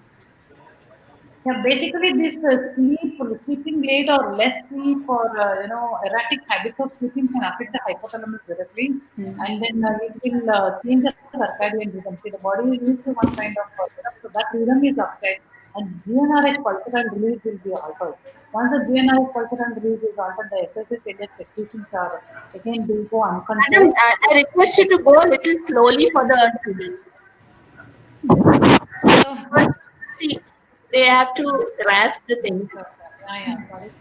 So this sleep or erratic sleeping habits, the sleep, hunger, everything is controlled by hypothalamus. Okay. So this sleep, erratic sleeping habits, sleeping late, getting up late, or sleeping in the daytime, all these things can affect the hypothalamus. It is something like of anorexia nervosa also. People who lose a lot of weight suddenly, people who are exercising, people who are athletes, suddenly they start exercising so much.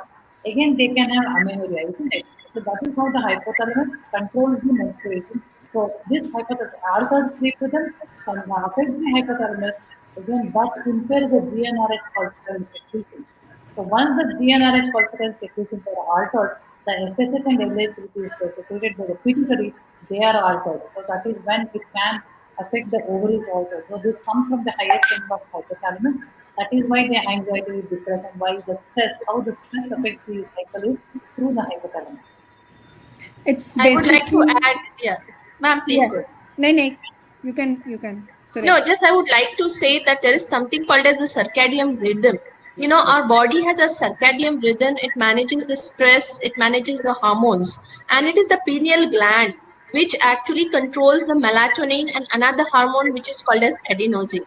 All this, our hormone, our body is regulating the circadian rhythm in relation to certain cues it takes up from the sunlight or the daylight. So in sunlight and daylight, you find that the melatonin hormone, it is low, and another hormone which is called as adenosine is low. As soon as the evening sets up and the melatonin hormone now rises, the adenosine rises, and now the body takes cue that it is time to go to sleep. And this is how the circadian rhythm is regulated.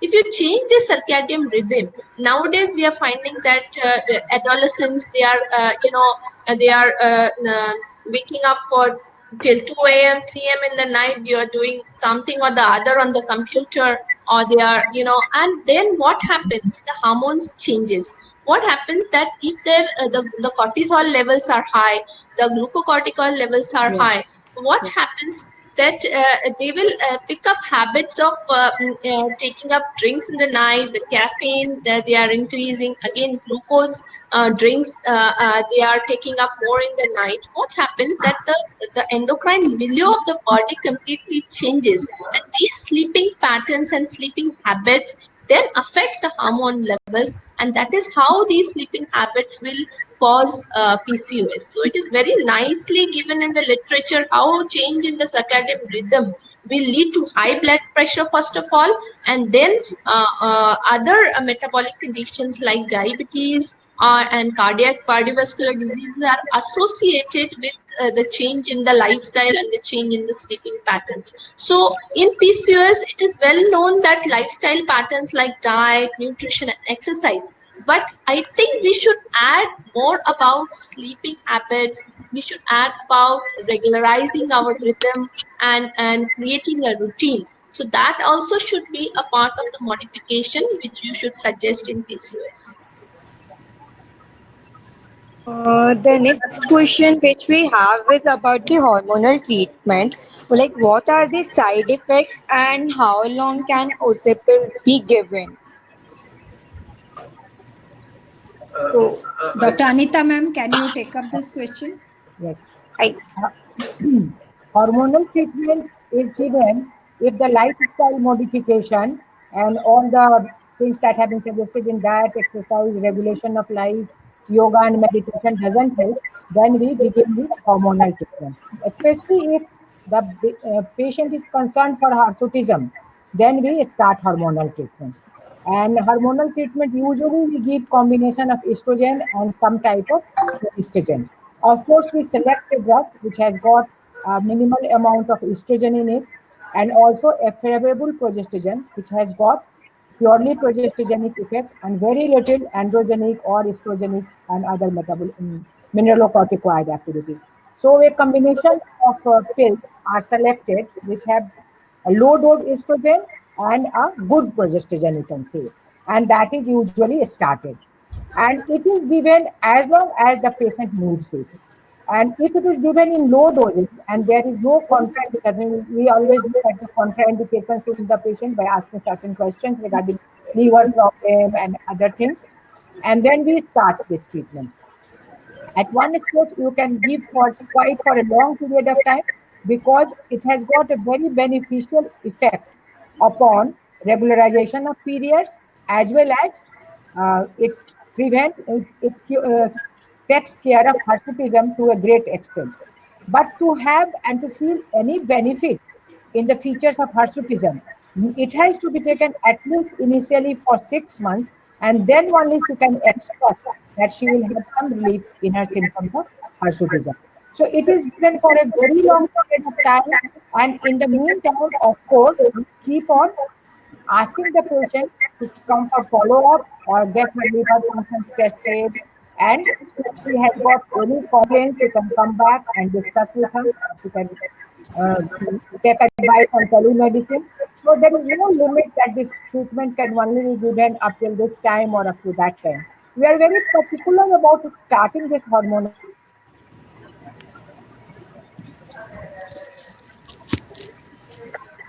I think we lost the link with So Madam. one thing I want to add is that for patients married, madam, you are not audible in between. Now it is okay. Yes, ma'am. There may be some problem with the internet. Network. Now it is Yes. okay. Okay. So that is what I had to say regarding the hormonal treatment. It has to be given for very long period of time. And regarding certain side effects of OC pills, which our students or patients are concerned, Yes. basically there are certain side effects which may be seen, like nausea or migraine headaches or weight gain. Some people are concerned whether OC pills is causing weight gain. So these are certain side effects which can over the period of time people get adjusted to it. Now, if you contain low dose estrogen, then the side effects are less. But before starting the OC pill, certain questions, a checklist is there, as Chandrika ma'am has already highlighted. Do you have a liver disorder? Do you have a history of venous thrombosis? Do we check for high blood pressure? Is there a diabetic condition already existing? So in that case, we can modify the treatment. Otherwise, for short-term, the OC pills are considered quite safe. So initially we start the treatment only for a period of 6 months, and then we see whether our symptoms get corrected or not. And along with that, we are also starting the lifestyle modification. So we will see whether the symptoms are getting corrected or not, and if not, then we may continue for a further period of 6 months. So 1 to 2 years treatment with OC pills is not going to cause those harmful effects which mostly the patients are apprehensive about. So 1 to 2 years is considered quite safe, and if other comorbidities are Ideally, not there. for these children, when we are putting up on OC pills and the correction of the cycles, we don't label them as OC pills. It is much better and appreciated that we call them as a hormone regulating pill rather than calling it and labeling it as OC pills, because there are all the medications which are specifically for the regulation, like the cypritone acetate ones which we are giving, or the other medication drospirenone. These act more specifically for the PCOD patients, and we are regulating the hormones. So we are supposed to ideally call it as cycle regulation pills, because we are not primarily giving them as OC pills or contraception pills. So But I want to add, Agreed, ma'am. I actually want to Yes, add ma'am. 2 points. Before starting on hormone therapy, you need to do the patient a lot of counseling to the patient, and if she's young, to her parents also, regarding the importance of the hormone therapy, why it is needed, and how long it is going to be given. And as Dr. Surekha said, we should always go through the checklist before prescribing all these hormones. so And I just after giving it for 6 months to 1 year, we ask the patients to stop it and see what happens to the menstruation. Sometimes what we see, that patient does have a regular menstruation for quite few months, even after stopping the treatment. And then again she starts having amenorrhea. So normally what I practice, I say them, once you again have amenorrhea of 3-4 months, then you please come back and you can have to go for the restarting with the hormone therapy. I just like to add one point. As Madam told, we need a proper counseling in the initially itself. But being medical students, you must know about the basic problem is the ovulation is not occurring. So if the patient is married, then the primary aim must be, if there we have to induce ovulation. But before that, a lifestyle modification, especially if it is obese, dietary modification has to be there. And the primary aim must be to induce ovulation in married patient who are planning for pregnancy, and they must tell you must counsel that basically the thing is that there is an ovulation problem. I'm telling in as an infertility specialist perspective. But if patient is unmarried, we must counsel them properly about the lifestyle modification, and the hormone regulating pill has to be as the OC pill has to be labeled like that, and the parents has to be counseled properly. But what I have seen over these years is initially it was easy to counsel the parents and counsel the adolescent girls also about this pill. But now because of this Google, they will start typing this name in the Google, and they will find out this is a contraceptive pills. So the need of counseling, as Anita madam told, is much important now compared to a few years back, where we cannot tell too much about the I mean, human has to counsel properly what we are going to do. And if it is married, basically other than lifestyle modification, we have to go for a ovulation induction in those patients. And next thing what I've seen is that they will always tell that I have cyst in the ovary. Cyst means it is not a pathological big cyst. I always tell an example how in the coconut tree, when it starts small and become a big mature coconut like that, all there is in the smaller initial stage, it is been all ovaries is filled with that. That is the cyst, not as a big pathological cyst. So we have to do some lifestyle modification or ovulation induction so that one egg is being matured and the hormonal milieu of the menstrual cycle is completed, and she will get a regular cycles. And when you give OC pill, you are that and the uterus is being primed for that hormonal changes, but the basic ovulation is not taking place. That must be, as being medical students, we must be knowing how you counsel the patient. And but basically lifestyle modification has to be done along with that. And if it is a lean PCOS, basically the weight reduction is difficult, but we can tell to some extent we can tell that diets which is rich in sugar, all those things can be regulated. In addition to that, to the other daily exercise, everything can be done, but we cannot tell. Basically, there is one question also regarding that.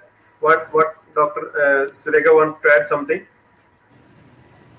Yes, I just wanted to say that just giving the hormone regulation pill will not be enough, because there is a hyperinsulinemia and hyperandrogenism. Yes. So for that hyperinsulinemia, we need to add metformin.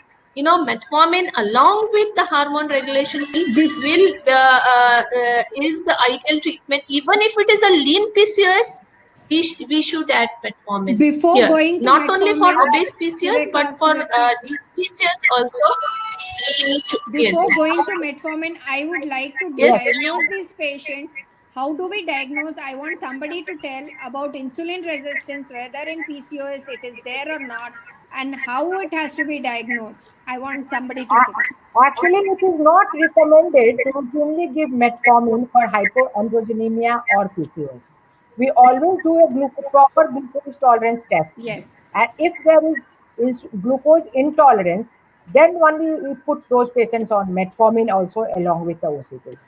If there is no sign of glucose intolerance, it is better not to give metformin. What is the latest way to do the glucose intolerance, GTT?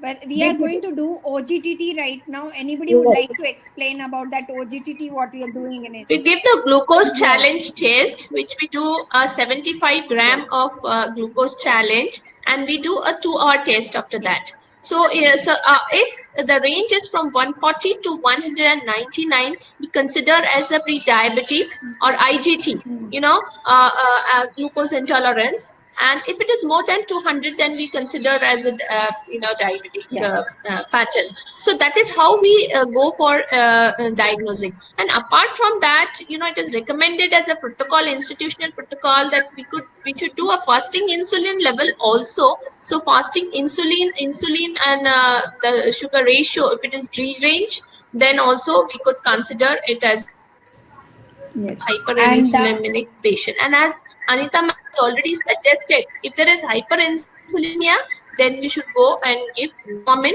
which is an insulin sensitizer, and that along with the hormone regulating pill will work better for our patient for cycle control as well as treating the hyperinsulinemia.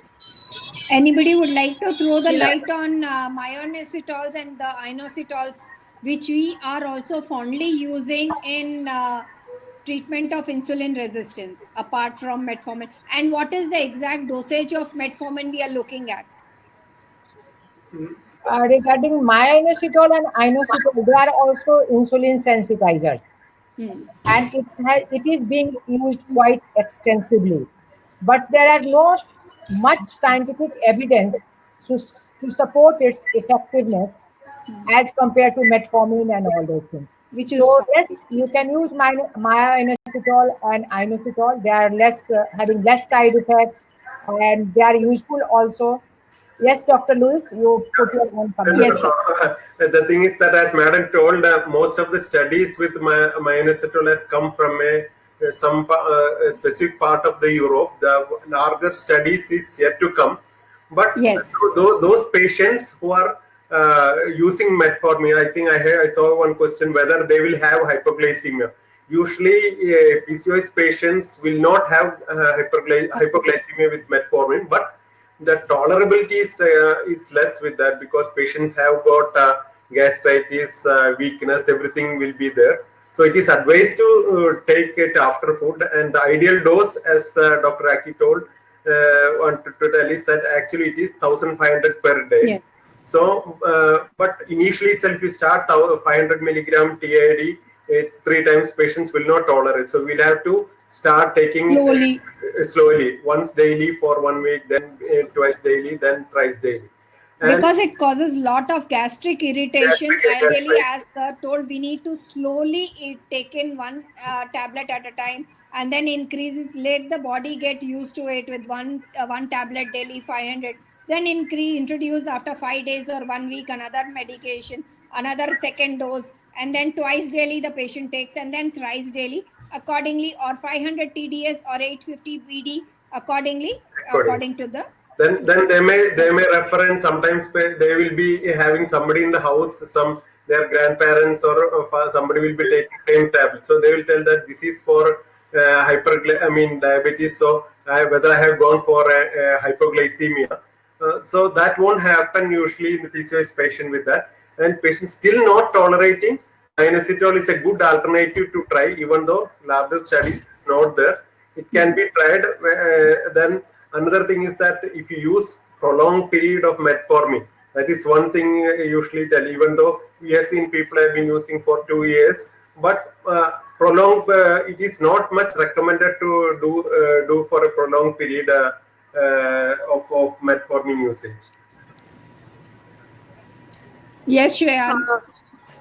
Okay. Thank you, sir. Thank you, ma'am, for the great answers and discussion. The next question which we have is that what's the difference between PCOT and PCOS? This has What we already have been put nicely up in been the chat explained box. by Dr. RAKHI. I want somebody else So to basically, explain it again. Probably that's why the question has come up. Actually, it was put up again right now in the chat box, so that's why we take that. PCOS is a syndrome which has nicely been described by ma'am. But if there is a metabolic component, the metabolic disorders are adding on to it later on in life, the disorders like, the diabetes is coming up, the hypertension is coming up, other cardiovascular diseases are coming up. Along with this syndrome which we have described, anovulation, hypergenemia, polycystic ovary, this syndrome and these metabolic conditions together form PCOD. So it is PCOS is a syndrome condition, and just adding on to it will cause PCOD. So it is just little difference in the chronicity of the condition. It turns from the syndrome, it turns out And to something become called a disease in the later adulthood of life. Yes, ma'am. So again, we have to stress that there is something called as PCO, means only polycystic ovary. So no hyperandrogenemia, no hyperinsulinism. So again, I think Dr. Facilius has stressed on this, that people come with ultrasound finding that I am having small cyst in my ovary. Do I have PCOS? So that condition, which is PCO, can exist in 20% of the population without having any hormonal disbalance, without having any hyperandrogenemia. So you should not take it as PCOS. That is a normal physiological finding you can consider. If we would not have done that ultrasound of that woman, we would never have known. But because we are doing so many ultrasounds, that is causing a lot of apprehension in adolescents age group, that whether I am having this PCOS or not. That So is why if we are not the having that diagnostic biochemical criteria. imbalance, That is why the latest session that the yes, diagnosis Dr. Aki had shown, no, they are looking into the FNPO for follicles per ovary. That means how many follicles you are yes. seeing per ovary is being seen, and the ultrasound machine has to be of 8.5 megahertz.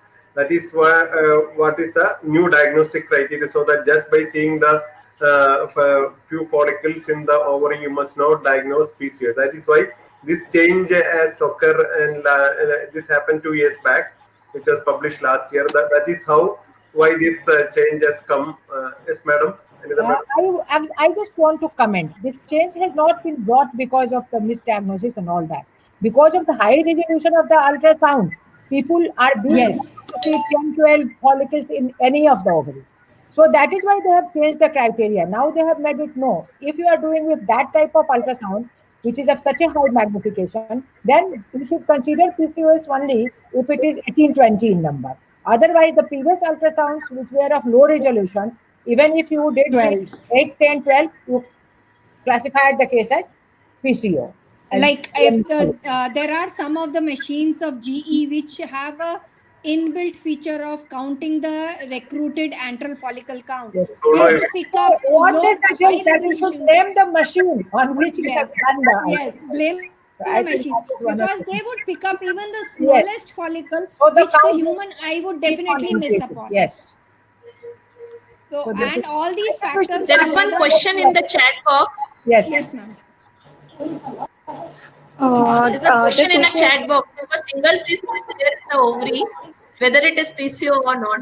So What is No. single it? cyst is see, it's a dominant follicle also. It could be what time of the menstrual cycle you're with the ultrasound is also important. It may just be a dominant follicle, so you should not be worried about the single small 19 ml follicle. So all this awareness is very important. Too much of knowledge also sometimes half And knowledge also we causing are we are that is why we are change. stressing upon multiple cells from 12 to 18 in single ovary would be labeled along with the other add-on factors, hyperandrogenism and insulin resistance, all those irregular cycles, anovulation. These all factors are also important to label the patient as PCOS. Yes, Shreya. I think we've solved. Uh, yes, ma'am. The next question that is doing an ultrasound compulsory for diagnosis of PCOS. We've just told that it is not compulsory. We need Uh, other all markers also. Either one of the two of the three we need to have. is PCOS genetic and can we diagnose it prenatally? We've talked at length, darling. The PCOS is having certain amount of genetics involved, and PCOS nowadays is disease which can start from the genetic modulation, like from the fetal programming also is there, which is put up by the Barker's hypothesis, and these young little fetuses in the womb of the adults, reproductive adults, which would in later on age of life would represent themselves in the formation of the PCOS in adults. If the pregnant lady doesn't takes care of her hormones, if the pregnant lady doesn't takes care of her food, if she doesn't takes care of her diet rightly, so that is why nowadays we are seeing a big boom in the number of PCOS coming up when compared to 20 years down the line or 10 years down the line. because we are having lot of endocrine disrupting chemicals, which I had mentioned in my talk, which we are taking lot of those. And the junk food, which is come as a main diet plateau for all of us, which we are taking it because it is a fast food which is easily taken up by all of us, and because of which also we have chronic problems, and that is why we label it as a genetic inheritance. And the parents who are having type 2 diabetes also may be having sometime down the line, because of obesity, because of diabetes, they are giving down the genes, and disorders, having bad lifestyle, bad eating disorders would also add on to the burden of it. The next question, which is The second there. part of the question was, can we diagnose it prenatally? Yes, So we ma'am. cannot diagnose PCOS Yeah, prenatally. we cannot do Okay, that. That so will be we cannot do that. And in the adolescent period, if the Rotterdam criteria are met, then we say that it is PCOS. then also in adolescent we need to wait for the cycles and the HPO axis to mature enough. Say Yes, about not definitely. before 20 Yes, 25 years we definitely. can There is a question that But COVID after the recovered maturity female. of the HPO cycle, yeah. There's a question that COVID recovered female please with go ahead. COVID recovered female with PCOS. Can she have any complication in the pregnancy? No, no, no, no. Has got nothing More to do with COVID. that available now doesn't tells the if your patient is recovered from COVID, even the pregnancy stage itself, if she recovers from that, doesn't have any effect. Except there are few studies it can cross the placenta recently as compared to that is only one or two small studies, but I don't think that it will have any long term. Right now, we don't have any data with that. There is a question that how to control symptoms like hair fall, thyroid function, carcinoma, hirsutism, hormonal acne, specifically for like also for it has been asked for hirsutism, how we can control that. I think all these questions have I think Dr. Chandrika has been answered.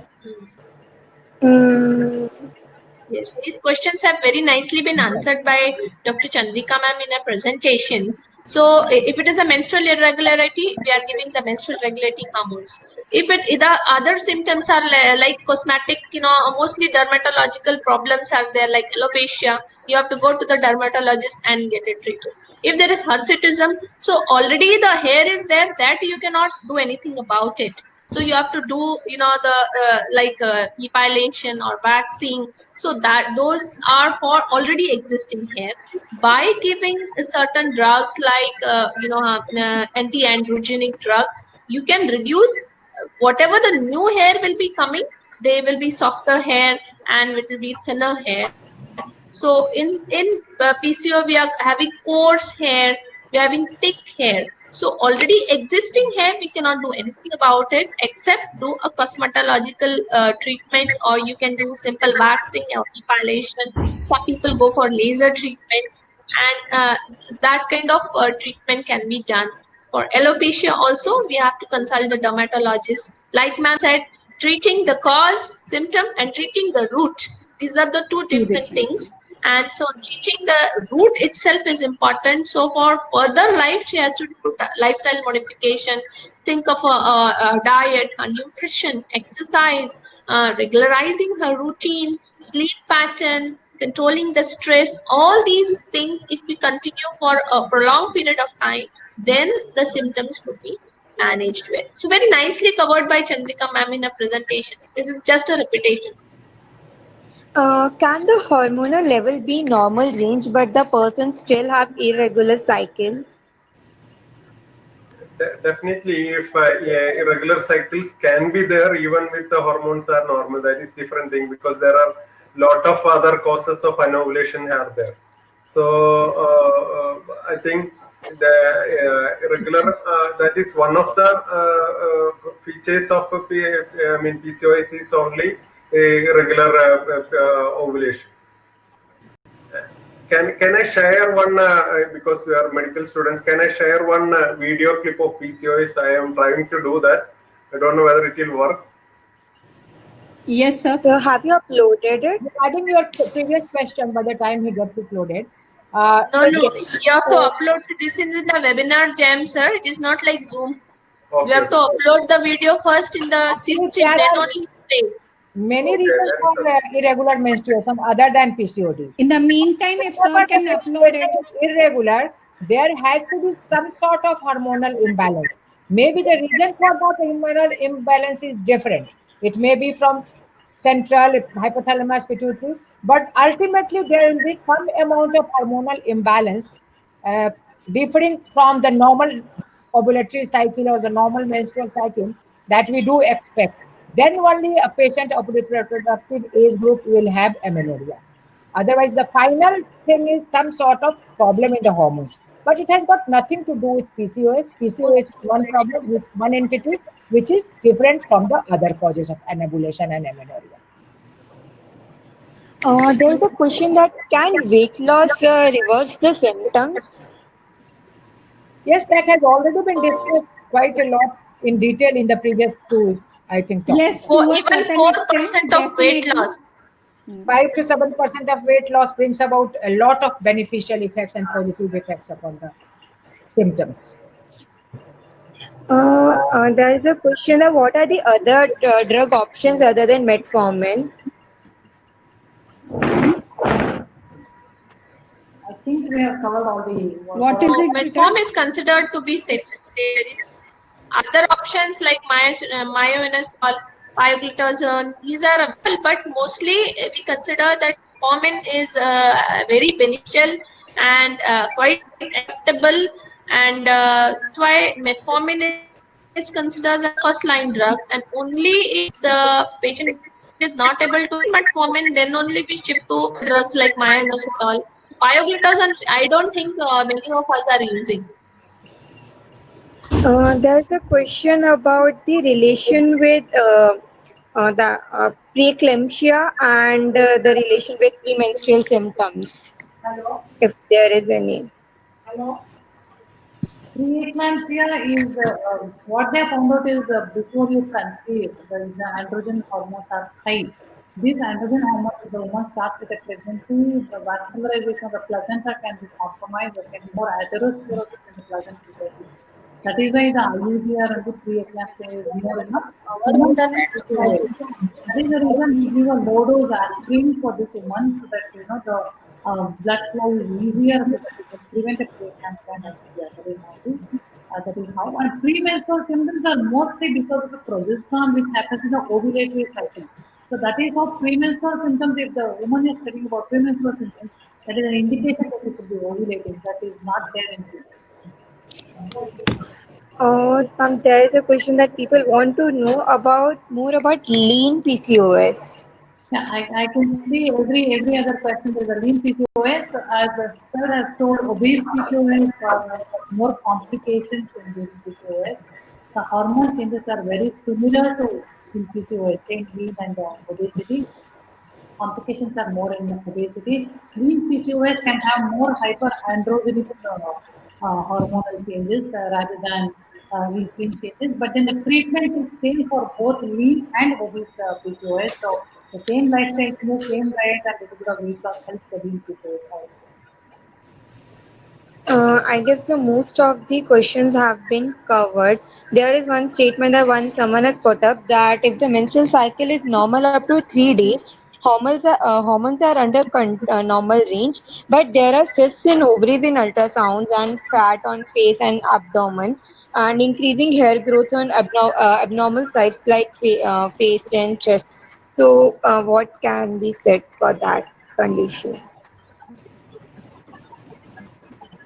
The menstrual cycle and the hormonal levels are under control, but they are having symptoms and chest on the ultrasound.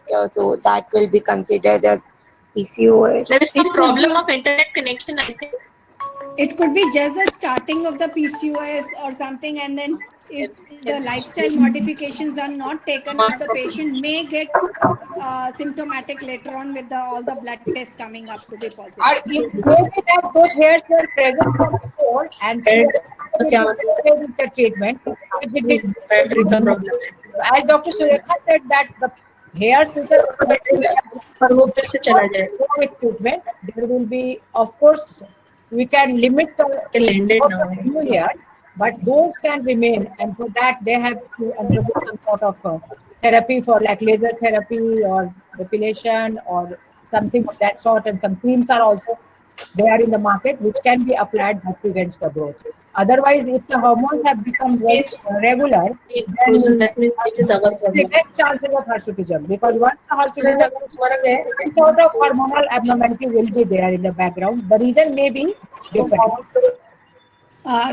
Shrija, there are people who are asking, students who are asking, where is the form? How do we fill it? I think they need to coordinate with you, and you will be sending the form. Okay. We have, for everyone, we have put that form on the sticky note. You can access the form over there and then you can fill it out.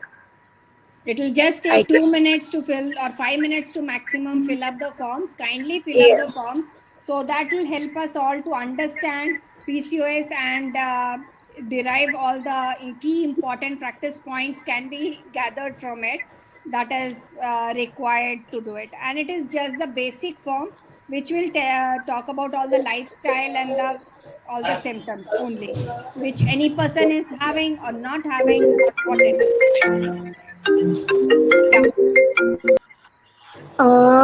Ma'am, there is one question about why clomiphene citrate given from second day of menses. Dr. Fessi, sir. Yes, I guess others are not able. Okay, yeah, he's I doing it. will tell that. Okay, yes, sir. I just tried to share it, but it is not coming. It will come, sir. You can do it again, sir. Sir, we were able to see. So we were able to see the. Okay, but I just want to say it's not. You can do it again, sir. In the video section, you have to play that again. It did come, sir. Video played up? Sir. Not yet. It had come down earlier when you shared it, sir. Okay. Regarding the clomiphene, why it has been started on second day is because that suppresses the receptors and induce the FSH production. And when the FSH is production, that means the estrogen produced receptors has been, peripheral receptors has been blocked. So they will induce they will give the sense that's all to the HPO axis to produce the FSH. So once you start at the second or third day, the advantage is that by the time the follicles start developing, the endometrium also start developing. And we can even start, even up to the fifth day, we can start clomiphene. But if we start later than the fifth day, what will happen is that clomiphene has got a larger half-life. So what will happen is that it has got an anti-estrogen effect that will be deleterious in the cervix, through which for the fertilization sperm has to go inside. And the endometrium effect will be persisting more. So that will affect the implantation. That's why if you are starting clomiphene, it has to be started on the second or third day, at least not later than the fifth day of the cycle. That is why I think being medical students, you must be knowing about what is the drug of choice for ovulation induction for PCOS. Basically, initially we were all the associations were following as clomiphene. Now most of the association has changed as the first line into letrozole. Letrozole is another drug which also has got less action on the peripheral tissues like cervix, endometrium, so that will not affect the ascent of the sperm or the endometrial receptivity for the embryo when it is ready, because it has got a short half-life. So the initial part of inducing the HPO axis to produce effect is same, but the later half of the effect is not there. So when you start letrozole, we can start letrozole up to late also, up to 7 days also we can start. And next thing is that as a drug of choice, if it is asked for you as for ovulation induction, now we have to tell letrozole is a drug of choice for ovulation induction. Previously it was clomiphene. So that is why it has been slowly changed, because the anti-estrogenic effect is less, half-life is less. So that is the reason why clomiphene has to be started in the earlier phase also, even though both induces the FSH and produces the ovulation.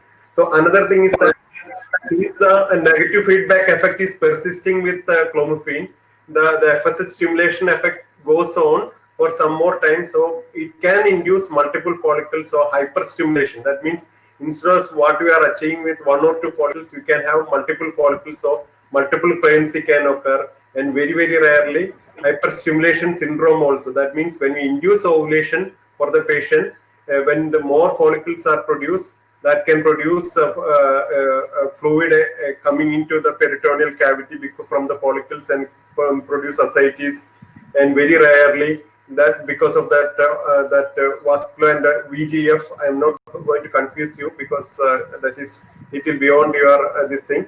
It can produce effect like pleural effusion. All those effect can be there, and that is a iatrogenic complication of ovulation induction that is more common with clomiphene. So nowadays the drug of choice, when it is asked for your exam, we have to tell letrozole, and we have to start when you are using clomiphene, as you told, we have to start at the earlier part of the cycle. Thank you, sir. The next question, which the last one I guess lying in the session is, can pain in lower abdomen on either side be problem of ovary? If so, what can be the issue? Like it is due to kidneys also, but can it be due to ovaries? And if yes, then what can be the reason?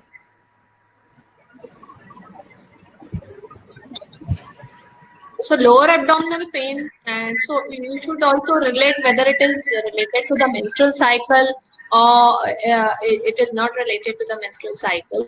So if it is related to the menstrual cycle, is it in the middle of the cycle? So which we called as ovulation pain, or so that is a physiological pain. But if it is persistent throughout the cycle, and so is it because of pelvic inflammatory disease? So there are many causes of lower abdominal pain. It could be related to the uterus. It also could be related to the ovary. So we have to evaluate the symptoms and do imaging studies and evaluate whether there is any other, even a fibroid, a submucosal fibroid polyp also could cause a abdominal pain. So there are various conditions, and it could be related to the ovary also. And somebody said, no, is it a renal pain? Renal pain is typical. Renal pain is, it is starting from the lumbar region and going, so radiating in front. So that is a little different. But if it is a lower abdominal pain and it is persisting, then I think it needs evaluation. Could be related to the adnexal pathology also. So there are multiple adnexal pathologies. It could be ovarian, it could be because of hydrosalpinx, it could be because of pyrosalpinx. So there are multiple pathologies. Thank you, ma'am. I guess I'm not able to see any further more questions. If you could share the what video is, again, what sir wanted to show, and then I'm we'll not end able up to the do that. let me just try. I had uploaded the video in that as a PCOI clip. Sharing. Sir, I'm sharing it. Pardon? She's sharing it, I believe. Okay. Can you do that? It's just a typical Let me just ovaries that the students will be. Can you do that from there? Sir, no, also you can do one thing. Is it visible on the screen? No. So you can do one. Files. I had uploaded in the files. Can you open that? Sir, I guess you have to upload it in the video section, not in the file section. Videos, I cannot do it because it has to come through some. I'm not able to. Sir, do it. you can do one thing. You can share your screen. You can share your Send screen it and on the play the video. WhatsApp group. That would be better, I think. The Okay. video can Yes. be shared to the host, Can be Okay. uploaded in the Yes, sir. WhatsApp group. I think there's a participants. That would be better. Yes, yeah, you can share with us, and then we will share the link and the video with the participants over there. Okay. So this is the end of this session. Thank you everyone for joining. Thank you for the session, the participants for the questions, and the guest speaker and everyone for giving out the time. We request everyone to fill up the questionnaire so that we can work on your certificates. And this is the end. And Rakhi ma'am, do you want to say anything? Yeah, I would like to thank all the MSR team that is, and especially both of you. Apart from that, I would like to thank my chairpersons, all the three esteemed guest chairpersons, and which were I'm thankful to them, Dr. Anita Singh from FOGSI, Dr. Fessy Lewis sir from FOGSI, and Dr. Surekha from FOGSI. All three of them have nicely answered all most of the questions for us. And special thanks to Chandrika also, as she's come down as a guest speaker, taking out her time for all of us. And thank you for giving us platform and to talk to all of the medical students and approach them. Thank you so Okay. much. Thank you. Good evening. Thank you. Goodbye. Thank you. Yes, thank you so much. It was really amazing and an informative Yeah. session. We learned a lot, and many of the students are still there with us. And after an Yeah, hour, we're seeing many people over here still. It is more more than than one. 500 people, more than 500 joined us. Thank you so much. It Yes. was very amazing session. Yes. Should I end the session? Yes. Yes, dear. Thank you. Okay. Thank you so much, everyone. Thank you.